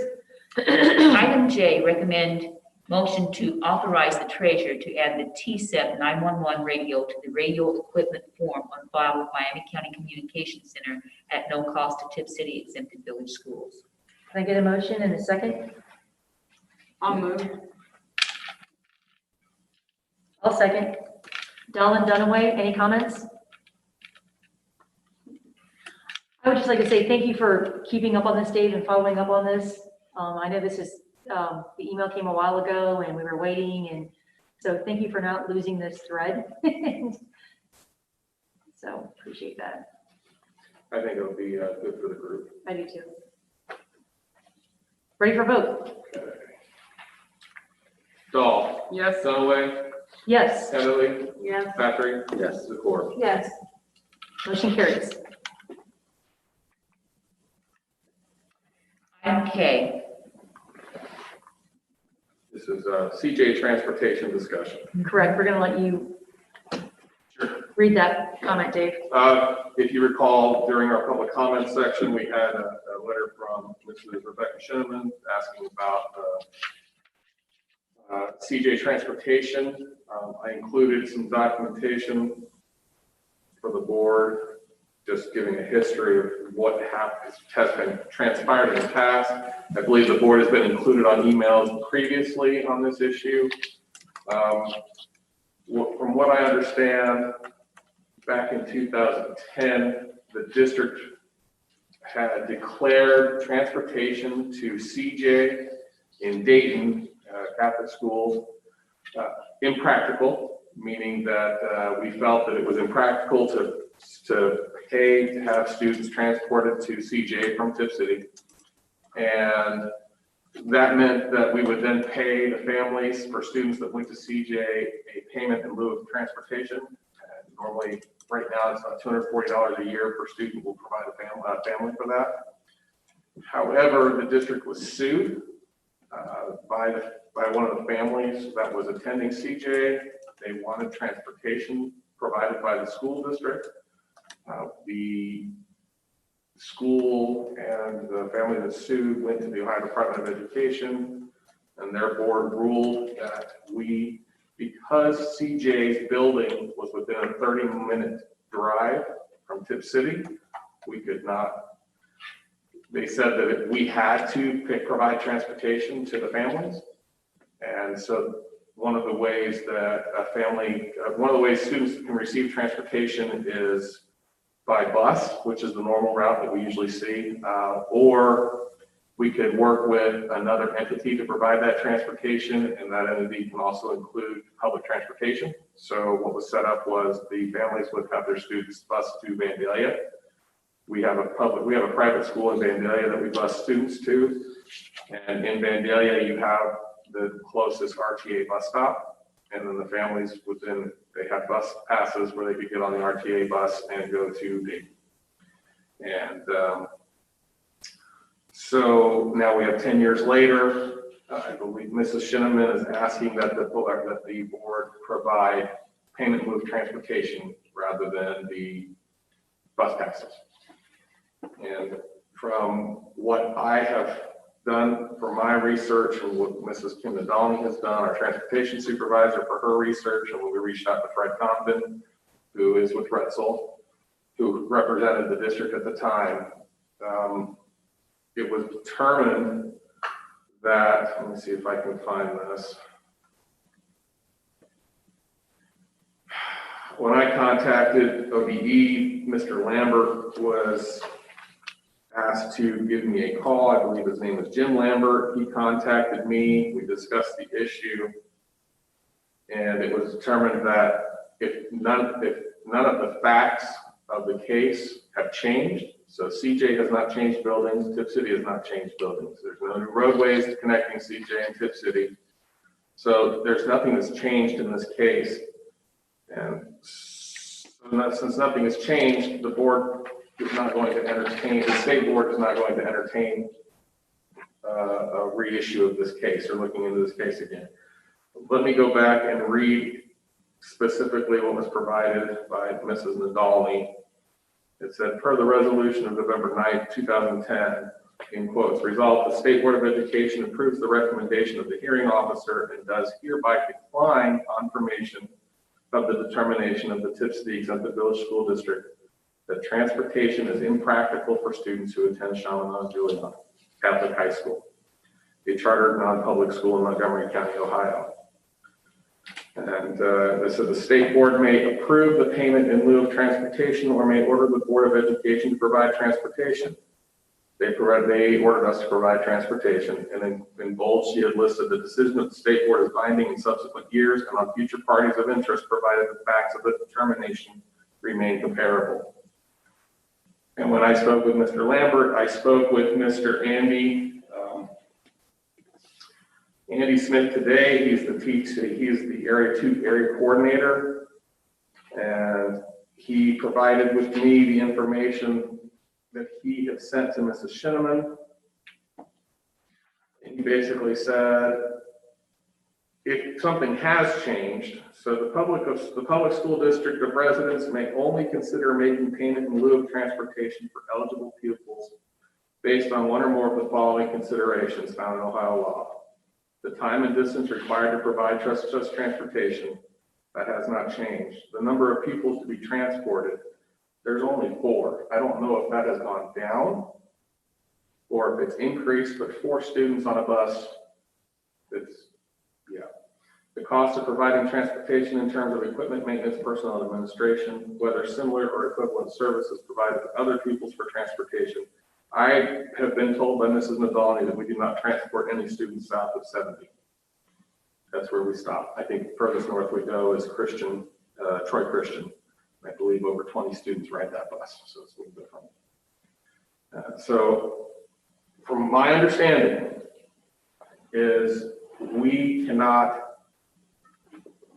offer payment in lieu of transportation because nothing in this case has changed and the board made that decision that it cannot be declared impractical.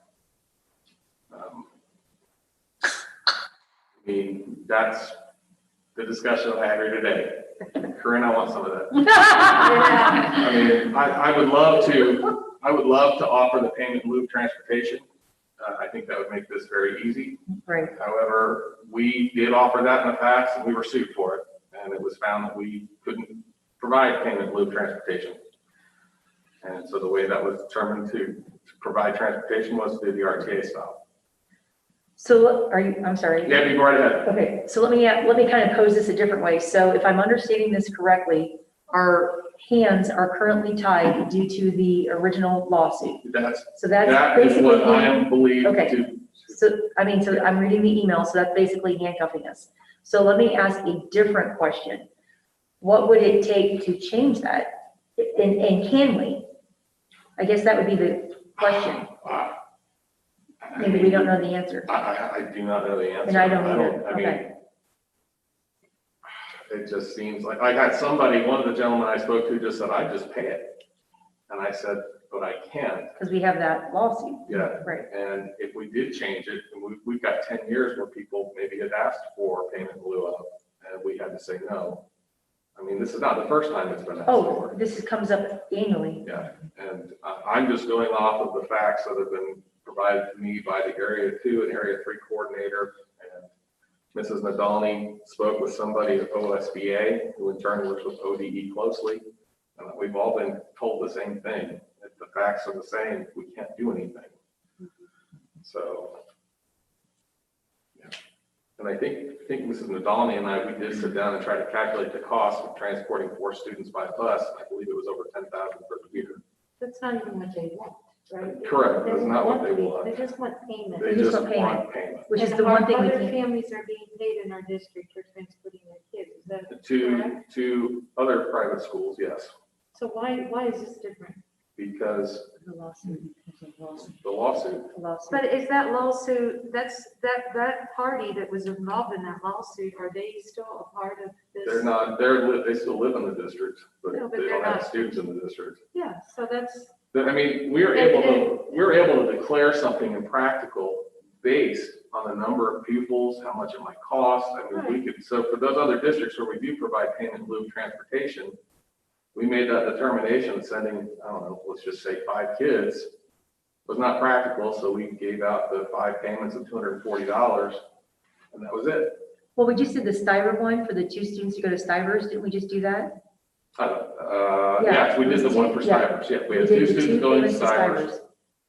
And nobody sued us on that, and we were able to declare it isn't this impractical. family wanting that, all the Payment in lieu of, Yes. there's 4 students, I think it's 3 families. To your knowledge, To my are they knowledge. all wanting payment? They're not asking. That I don't know if they all do, but I'm sure they would. They do.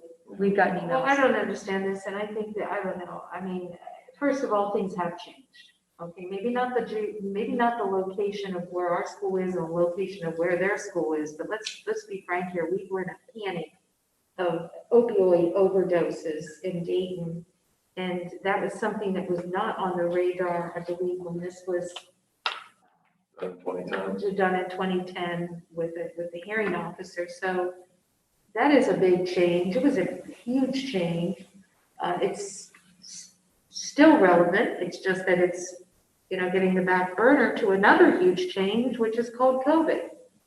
And I think that it's not Tipp City values to say, we'll transport you to the RTA and good luck once you get on that bus. I'm sorry if that's not what, they're wanting. They simply want payment in lieu of that, which is understandable for their time and expenses involved transporting back and forth. So here's my recommendation. My recommendation is that I go back to Mr. Compton and ask him, what do we need to do to make it so that we can look into declaring this I agree. impractical? And maybe it's as simple as getting a statement from that original family that they're okay with Well, the environment has changed, like Mrs. Gore said, COVID, opioid, blah, blah, blah. If that family is okay with us paying future families that attend CJ, maybe it's as simple as that. Why don't we just ask our legal counsel what kind of resolution could be drawn up? Exactly. right, that's Mr. That's what we're saying, yeah. Doesn't avoid what has happened in the last 10 years, but moving forward, how can we, it feels like we're being bound by a statute of limitations Yes. that's somewhat arbitrary. Well, I think Ann is absolutely right. Things have changed. And I don't feel comfortable putting kids on an RTA bus that are in our district. It's absolutely atrocious. I think that we either figure out a way to get them from point A to point B, which is directly to the school, which is crazy expensive. It's like $13,000. Is that right? To get those 4 children, over 10. Yeah. And so I think that given the landscape, I think that this doesn't make sense anymore. I think it's impractical. And then I think I agree with Joelle. We just need to tell our legal counsel to take a look at it and see if those are factors that we can consider. If there are, then I think we've made kind of some steps in that direction. Right, because this comes up every year, and then it just makes it easier for future families, and, we always want to do the right thing, and I go back to, the tips, this isn't Tipp City values, and to Simon's point, it doesn't I wouldn't want my child on RTA, you know, I don't think any of us do, And especially where it goes through too. Like, right? It's not, Here's the other thing, supporting Simon's view on this as well, is I'm just not sure that resolution is applicable to all families moving forward. I mean, typically, my limited experience, when you're having a hearing officer rule, between the state and the district, it's applicable to that case. And so, yeah, and the qualification of that decision is provide the facts of the determination remain comparable. There's, right. and so it just depends on which factors are considered. I'm not an attorney this that handles family this type of doesn't seem case, to so even be still involved with this, so they're not the proponent. I'm not, yeah, and I don't think the other family really matters at this point. What are the facts and are they comparable? If they're not, then we can make a different decision. Are we having any other families have their students ride RTA? Not that I'm aware Not the of. Dayton STEM School, not the think that- we gave them, Stuyvesant the cash equivalent, the We gave them $240. it. Yeah, Well, now the Dayton STEM School may actually take a little longer, may take longer than 30 minutes to get there. Normally, if the route is more than 30 minutes, it's deemed impractical. yeah, we gave them cash equivalent. But, This is the only one with, we have the This issue is with. the only This is the only one school that I'm we aware of. Yes, it is. have them ride RTA. And this was set up back by Dr. Cronauer when he was here. So to wrap this up, the board is in agreement. We're gonna reach out to legal counsel and we're gonna take it the backwards way and say, how can we make this right and what do we have to do? Simple, right? Okay. Is there Well, any- I What think- else is, Simple meaning. is there anything else we're missing? I mean, I think the answer, in my opinion, is from me, from my decision making is, what are the factors that can be considered? And are there factors that are currently no longer comparable, such as COVID-19, such as opioids, such as the fact that now we only have 4 students, or I don't know how many there were back then. But there's a lot of things I think that, in my opinion, would make this different, but I don't know what can be considered. So I think our legal counsel needs to look at it and tell us what we can consider. Awesome, I love it. Yep, and we're still with Pretzel and they're the one that handled it the So first great, time, so. perfect. And then it's gonna be good to get resolution on this. It's been going on forever and ever, so. So do we motion, and there was no motion, so it's just a discussion, okay. So we're good, you've got marching orders? Yep. Okay, great. All right, item L, recommend motion to ratify a settlement agreement entered into by the treasurer with CS 1031 Midwest Industrial DST on July 13, 2020. I'll make the motion. I'll second. Motion second, Dunaway and Heatherly, and I'll let you read this data. There's really nothing for us to, it was just pretty much thrown in our lap, so to speak. Yeah, so I received, we did a, order revision. We had a property in Tipp City that was trying to undervalue what their tax valuation was per what the county said. We did an appeal on that, and the company provided us with a settlement agreement to help make us whole. And so I sent an email out a couple of weeks ago asking if the board had any issues with me signing this agreement. This covers the next 3 years and provides, the first year is $23,436 to the district, and years 2 and 3, it's all depending on what the tax valuation rates are as determined by the county auditor. So roughly $70,000 over the next 3 years is what this settlement agreement is valued at. And so board members had no disagreements with me signing that agreement. So we got it through, the money has cleared the bank, we got it in the wire, so now we just need to ratify approving me to be able to sign this, so. Great. Madison, that was your watchful eye, is that right? No, every year I do reach out with attorneys at Bricker and Eckler, and we look at property valuation cases in the district and try to determine. Thank you. Okay, we're ready for a vote, Dave? Dunaway? Yes. Heatherly? Yes. Dahl? Yes. Patrick? Yes. Zakor? Yes. Motion carries. Item M, recommend approval to authorize the treasurer to enter into agreements with employees of the district, Dr. Greta Kump and Gary Pfister, on behalf of Tipp City Board of Education to resolve issues related to payment for the accrued vacation upon separation from employment. Can I get a motion in a second? Mr. Pfister isn't here yet. I'll move. I'll second. Moved and seconded by Patrick and Dahl. Is there any conversation? My computer's locked up. Anybody? Well, that language, Dr. Kump and Gary Pfister, is that good one? I mean, they're still employees. They're employees until Friday. Till Friday.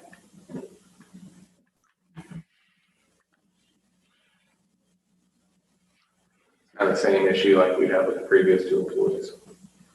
So. Any other questions? Concerns?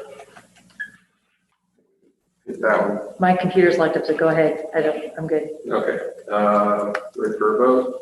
Ready for a vote? Patrick? Yes. Dahl? Yes. Dunaway? Yes. Heatherly? Yes. Zakor? Yes.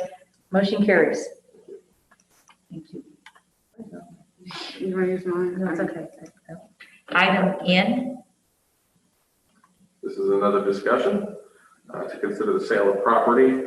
Just to let the board know that last week or the week before, I had a developer reach out to me and ask what our plans were for some of the land on Michael's Road that we own. This was originally the property that we have purchased over the past 30 years off of Michael's Road. It was one of our plans back in late 90s, early 2000 was to build a high school out in that area.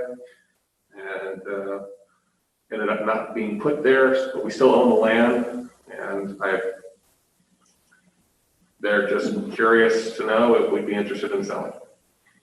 And so for me personally, we're still trying to build a building in the district. And I think we may be going back to square one or just trying to see, we currently don't know what's going to happen with COVID. Who knows what's going to happen to education in the future.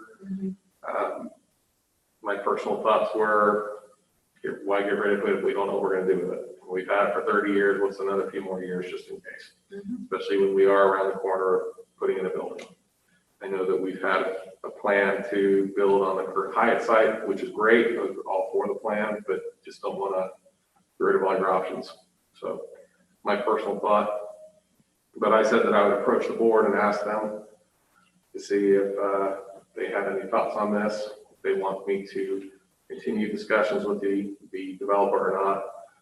The issue with selling land as a public school district is there are restrictions that the higher rise puts on us. One, we have to offer it up to another charter school in our district area, if there is one. According to the attorneys that have done a search, there's nobody in this area that we have to offer it to. However, we can't just go through private sale. Anything valued over $10,000, we have to do in a public auction. And I know that Greta and I had been approached like a couple of years ago by another developer that was interested in the land. We as a board, for the new board members, we have discussed this land before. So just because we're talking with this developer doesn't mean it's going to go to another developer. I mean, just doesn't mean it's going to go to them. Mr. Pfister did have the land appraised a couple of years ago, and I believe it was over $11,000 an acre. That was the least. We actually have 5 properties there, 5 different properties, ranging between, I think it's between $11,000 and $15,000 an acre.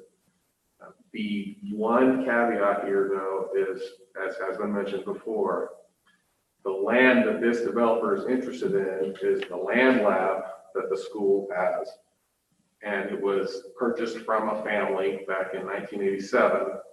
And part of the sale had included an agreement that the land would not be used for any other purpose for the next 50 years other than a land lab. So that was included in the deed. That we had that agreement, so. Wasn't that 22 acres? Or what was the land proportion? 12? It is, it's 22.5 acres. Right, so we I can't. thought that parcel was donated. No, it was not. Not just that parcel? We did. Was one of the parcels donated? I went through and found all the pricing and sales Have to go back and find it.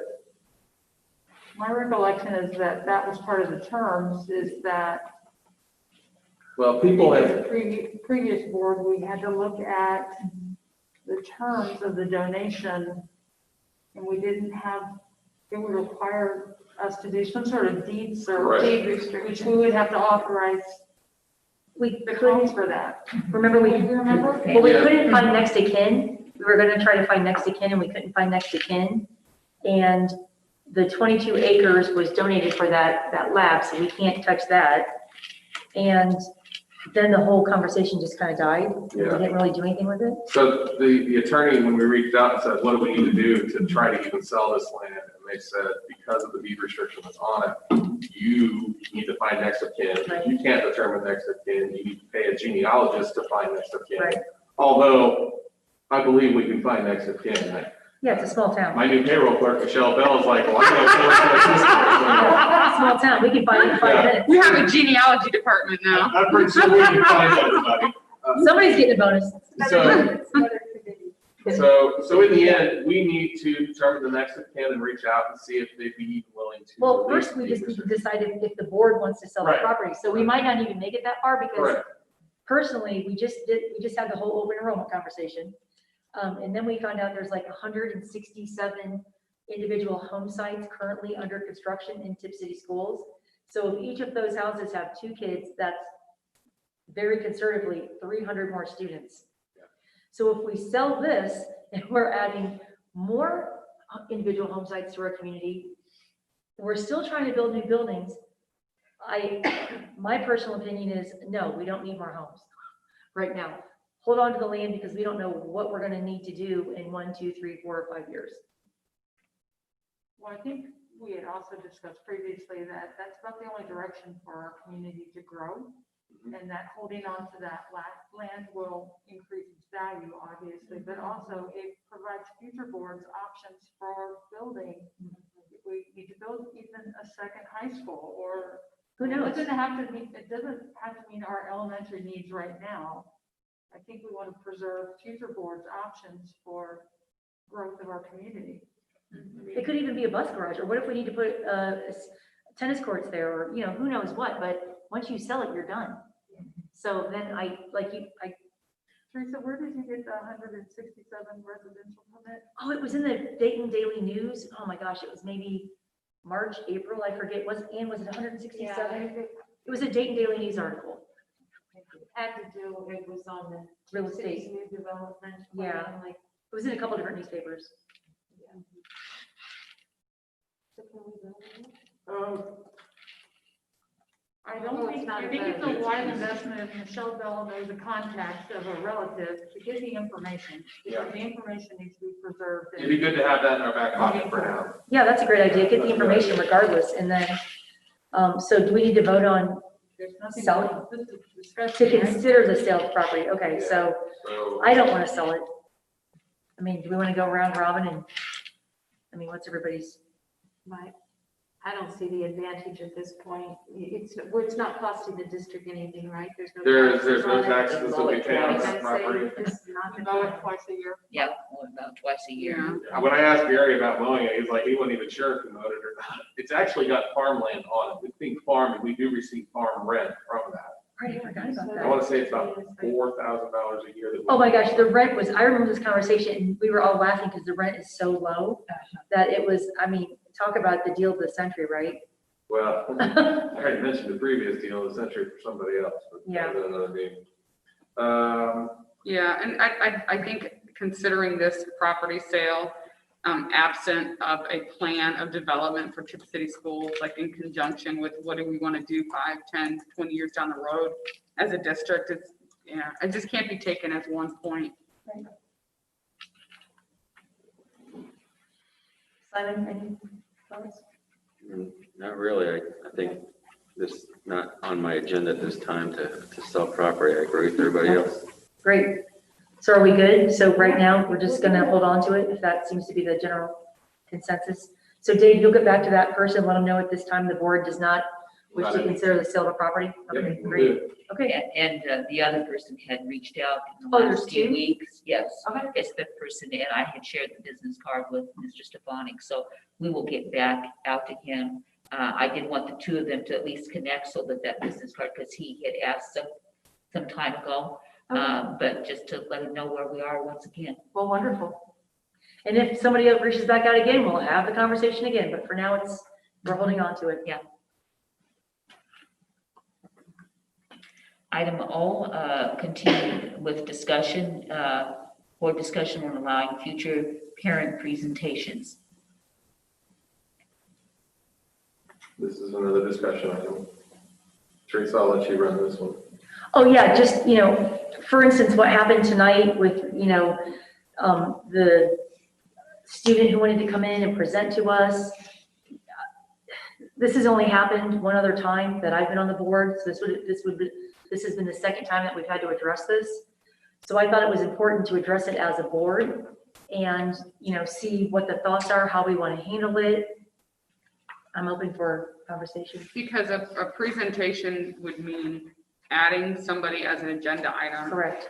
And then now they get to have a conversation with us as a board.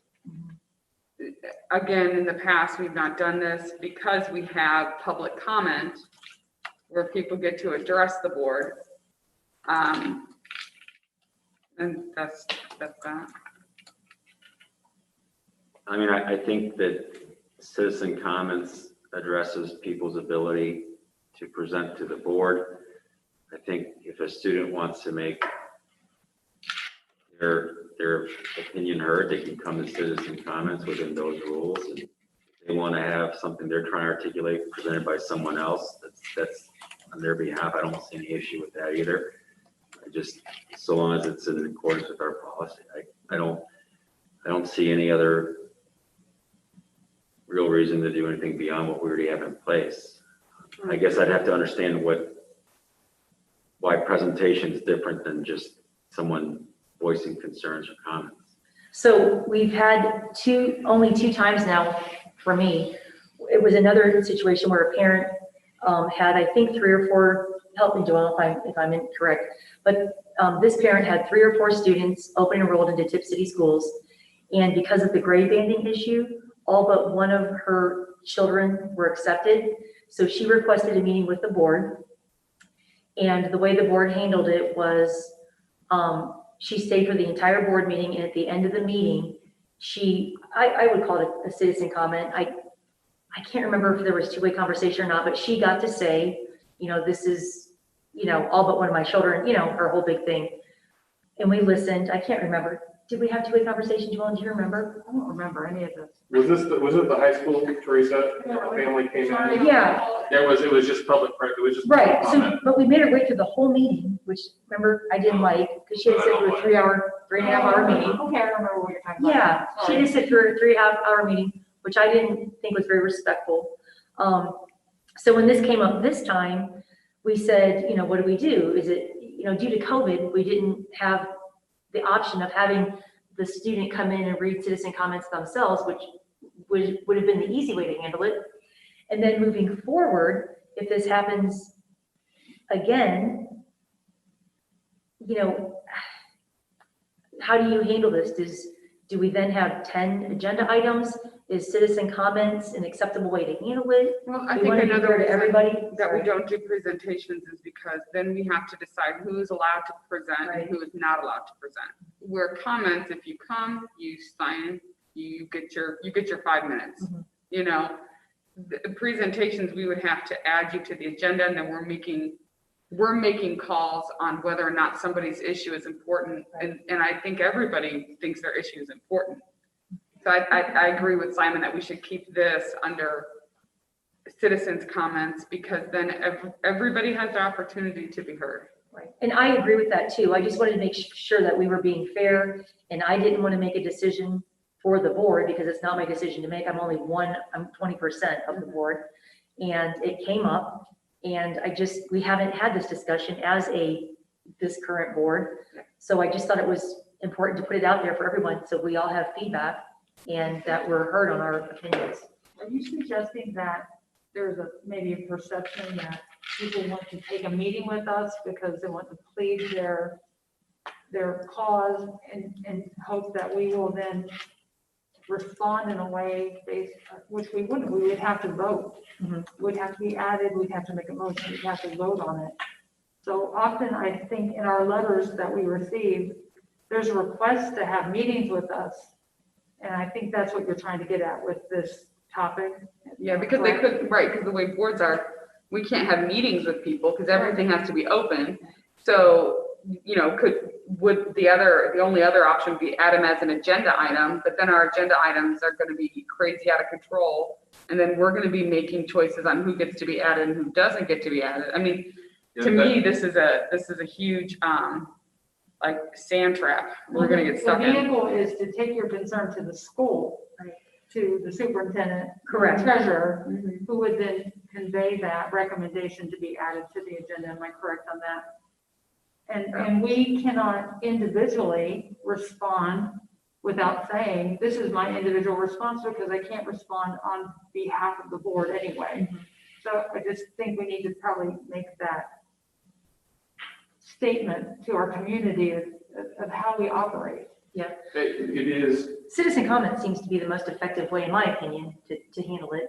it is included in public participation at board meetings. Right. It's section 169.1 of our policies, and it states that any person or group wishing to place something on the agenda can provide it to the district 5 days before a board meeting, but it's pending approval by the superintendent and the board president of being added as an agenda item.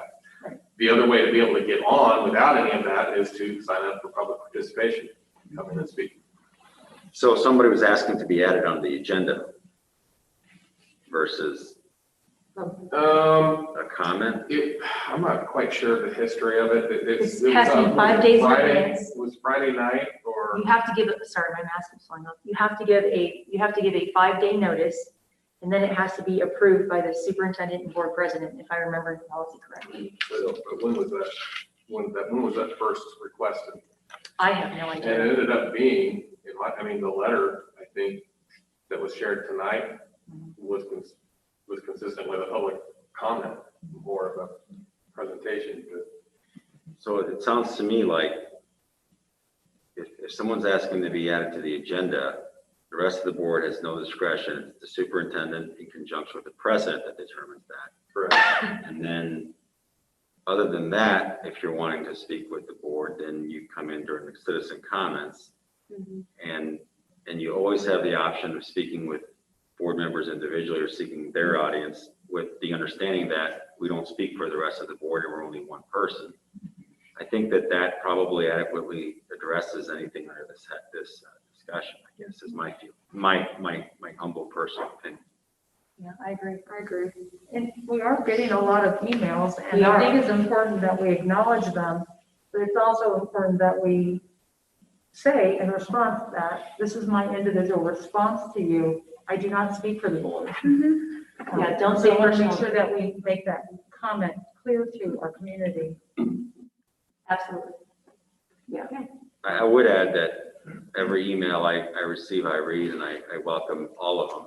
And if I don't respond, doesn't necessarily mean I didn't read it, just that I don't have anything real meaningful to do other than what I have in a public meeting, but I encourage anybody to continue emailing me if they need to voice their opinion. And I think that we've seen recently with COVID, a lot of very well-informed parents and concerned citizens. And, all their suggestions and insight has been very helpful in for me at least to kind of define what I think is important. So thank you for those emails. I think that's a great way to end this.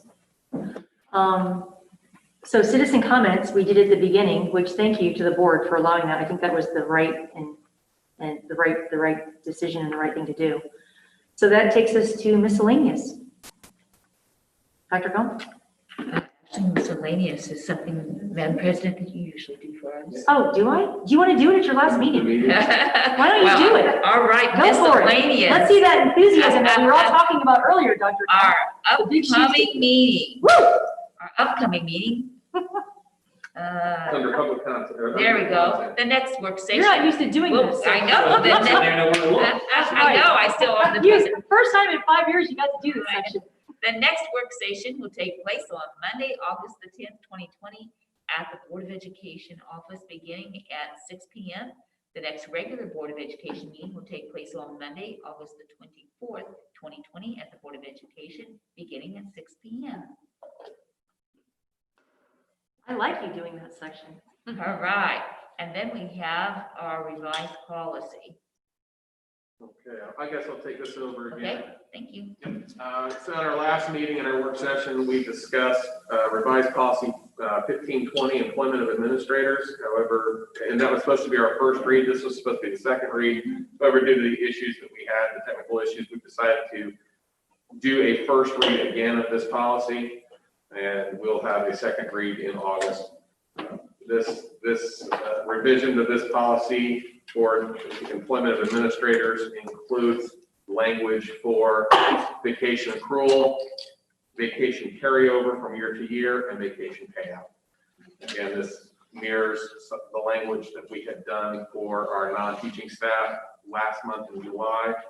This is still July. In June, with the difference that administrators, instead of carrying over 10 years a year, can only 10 days 10 a years. year. 10 years a year. 10 days a Is year. it 10 o'clock? It's past my bedtime. It's a 4-hour meeting. Yep. 10 days a year. It's 5 days a year carryover for the administrators, and the other difference is that administrators still accrue their leave at the beginning of the contract year rather than accruing on a monthly basis, which is what the non-teaching staff do now. That is that new policy. Any other questions from the board on this policy and this the revised policy and the proposed changes? I don't think so. Okay. We will present this policy again. I believe we can do it at the August 24th meeting. It doesn't have to be done at the August 10th work session.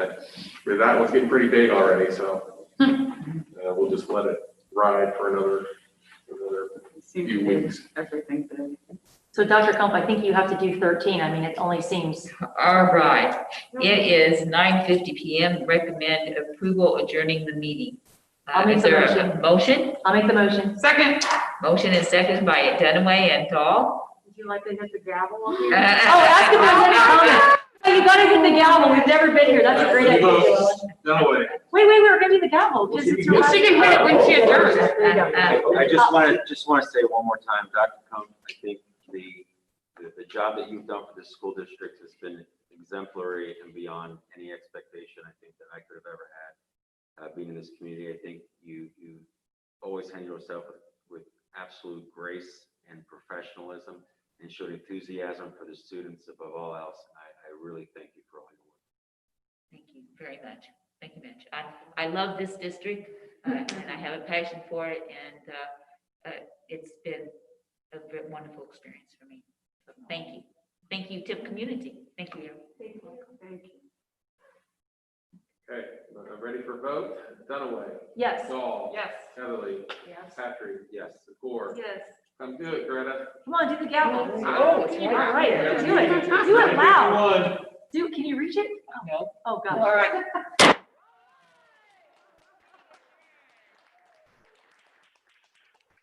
Greta, would you please say I declare this meeting adjourned? I declare this meeting adjourned At 9:51. at 9:51 p.m. Thank you.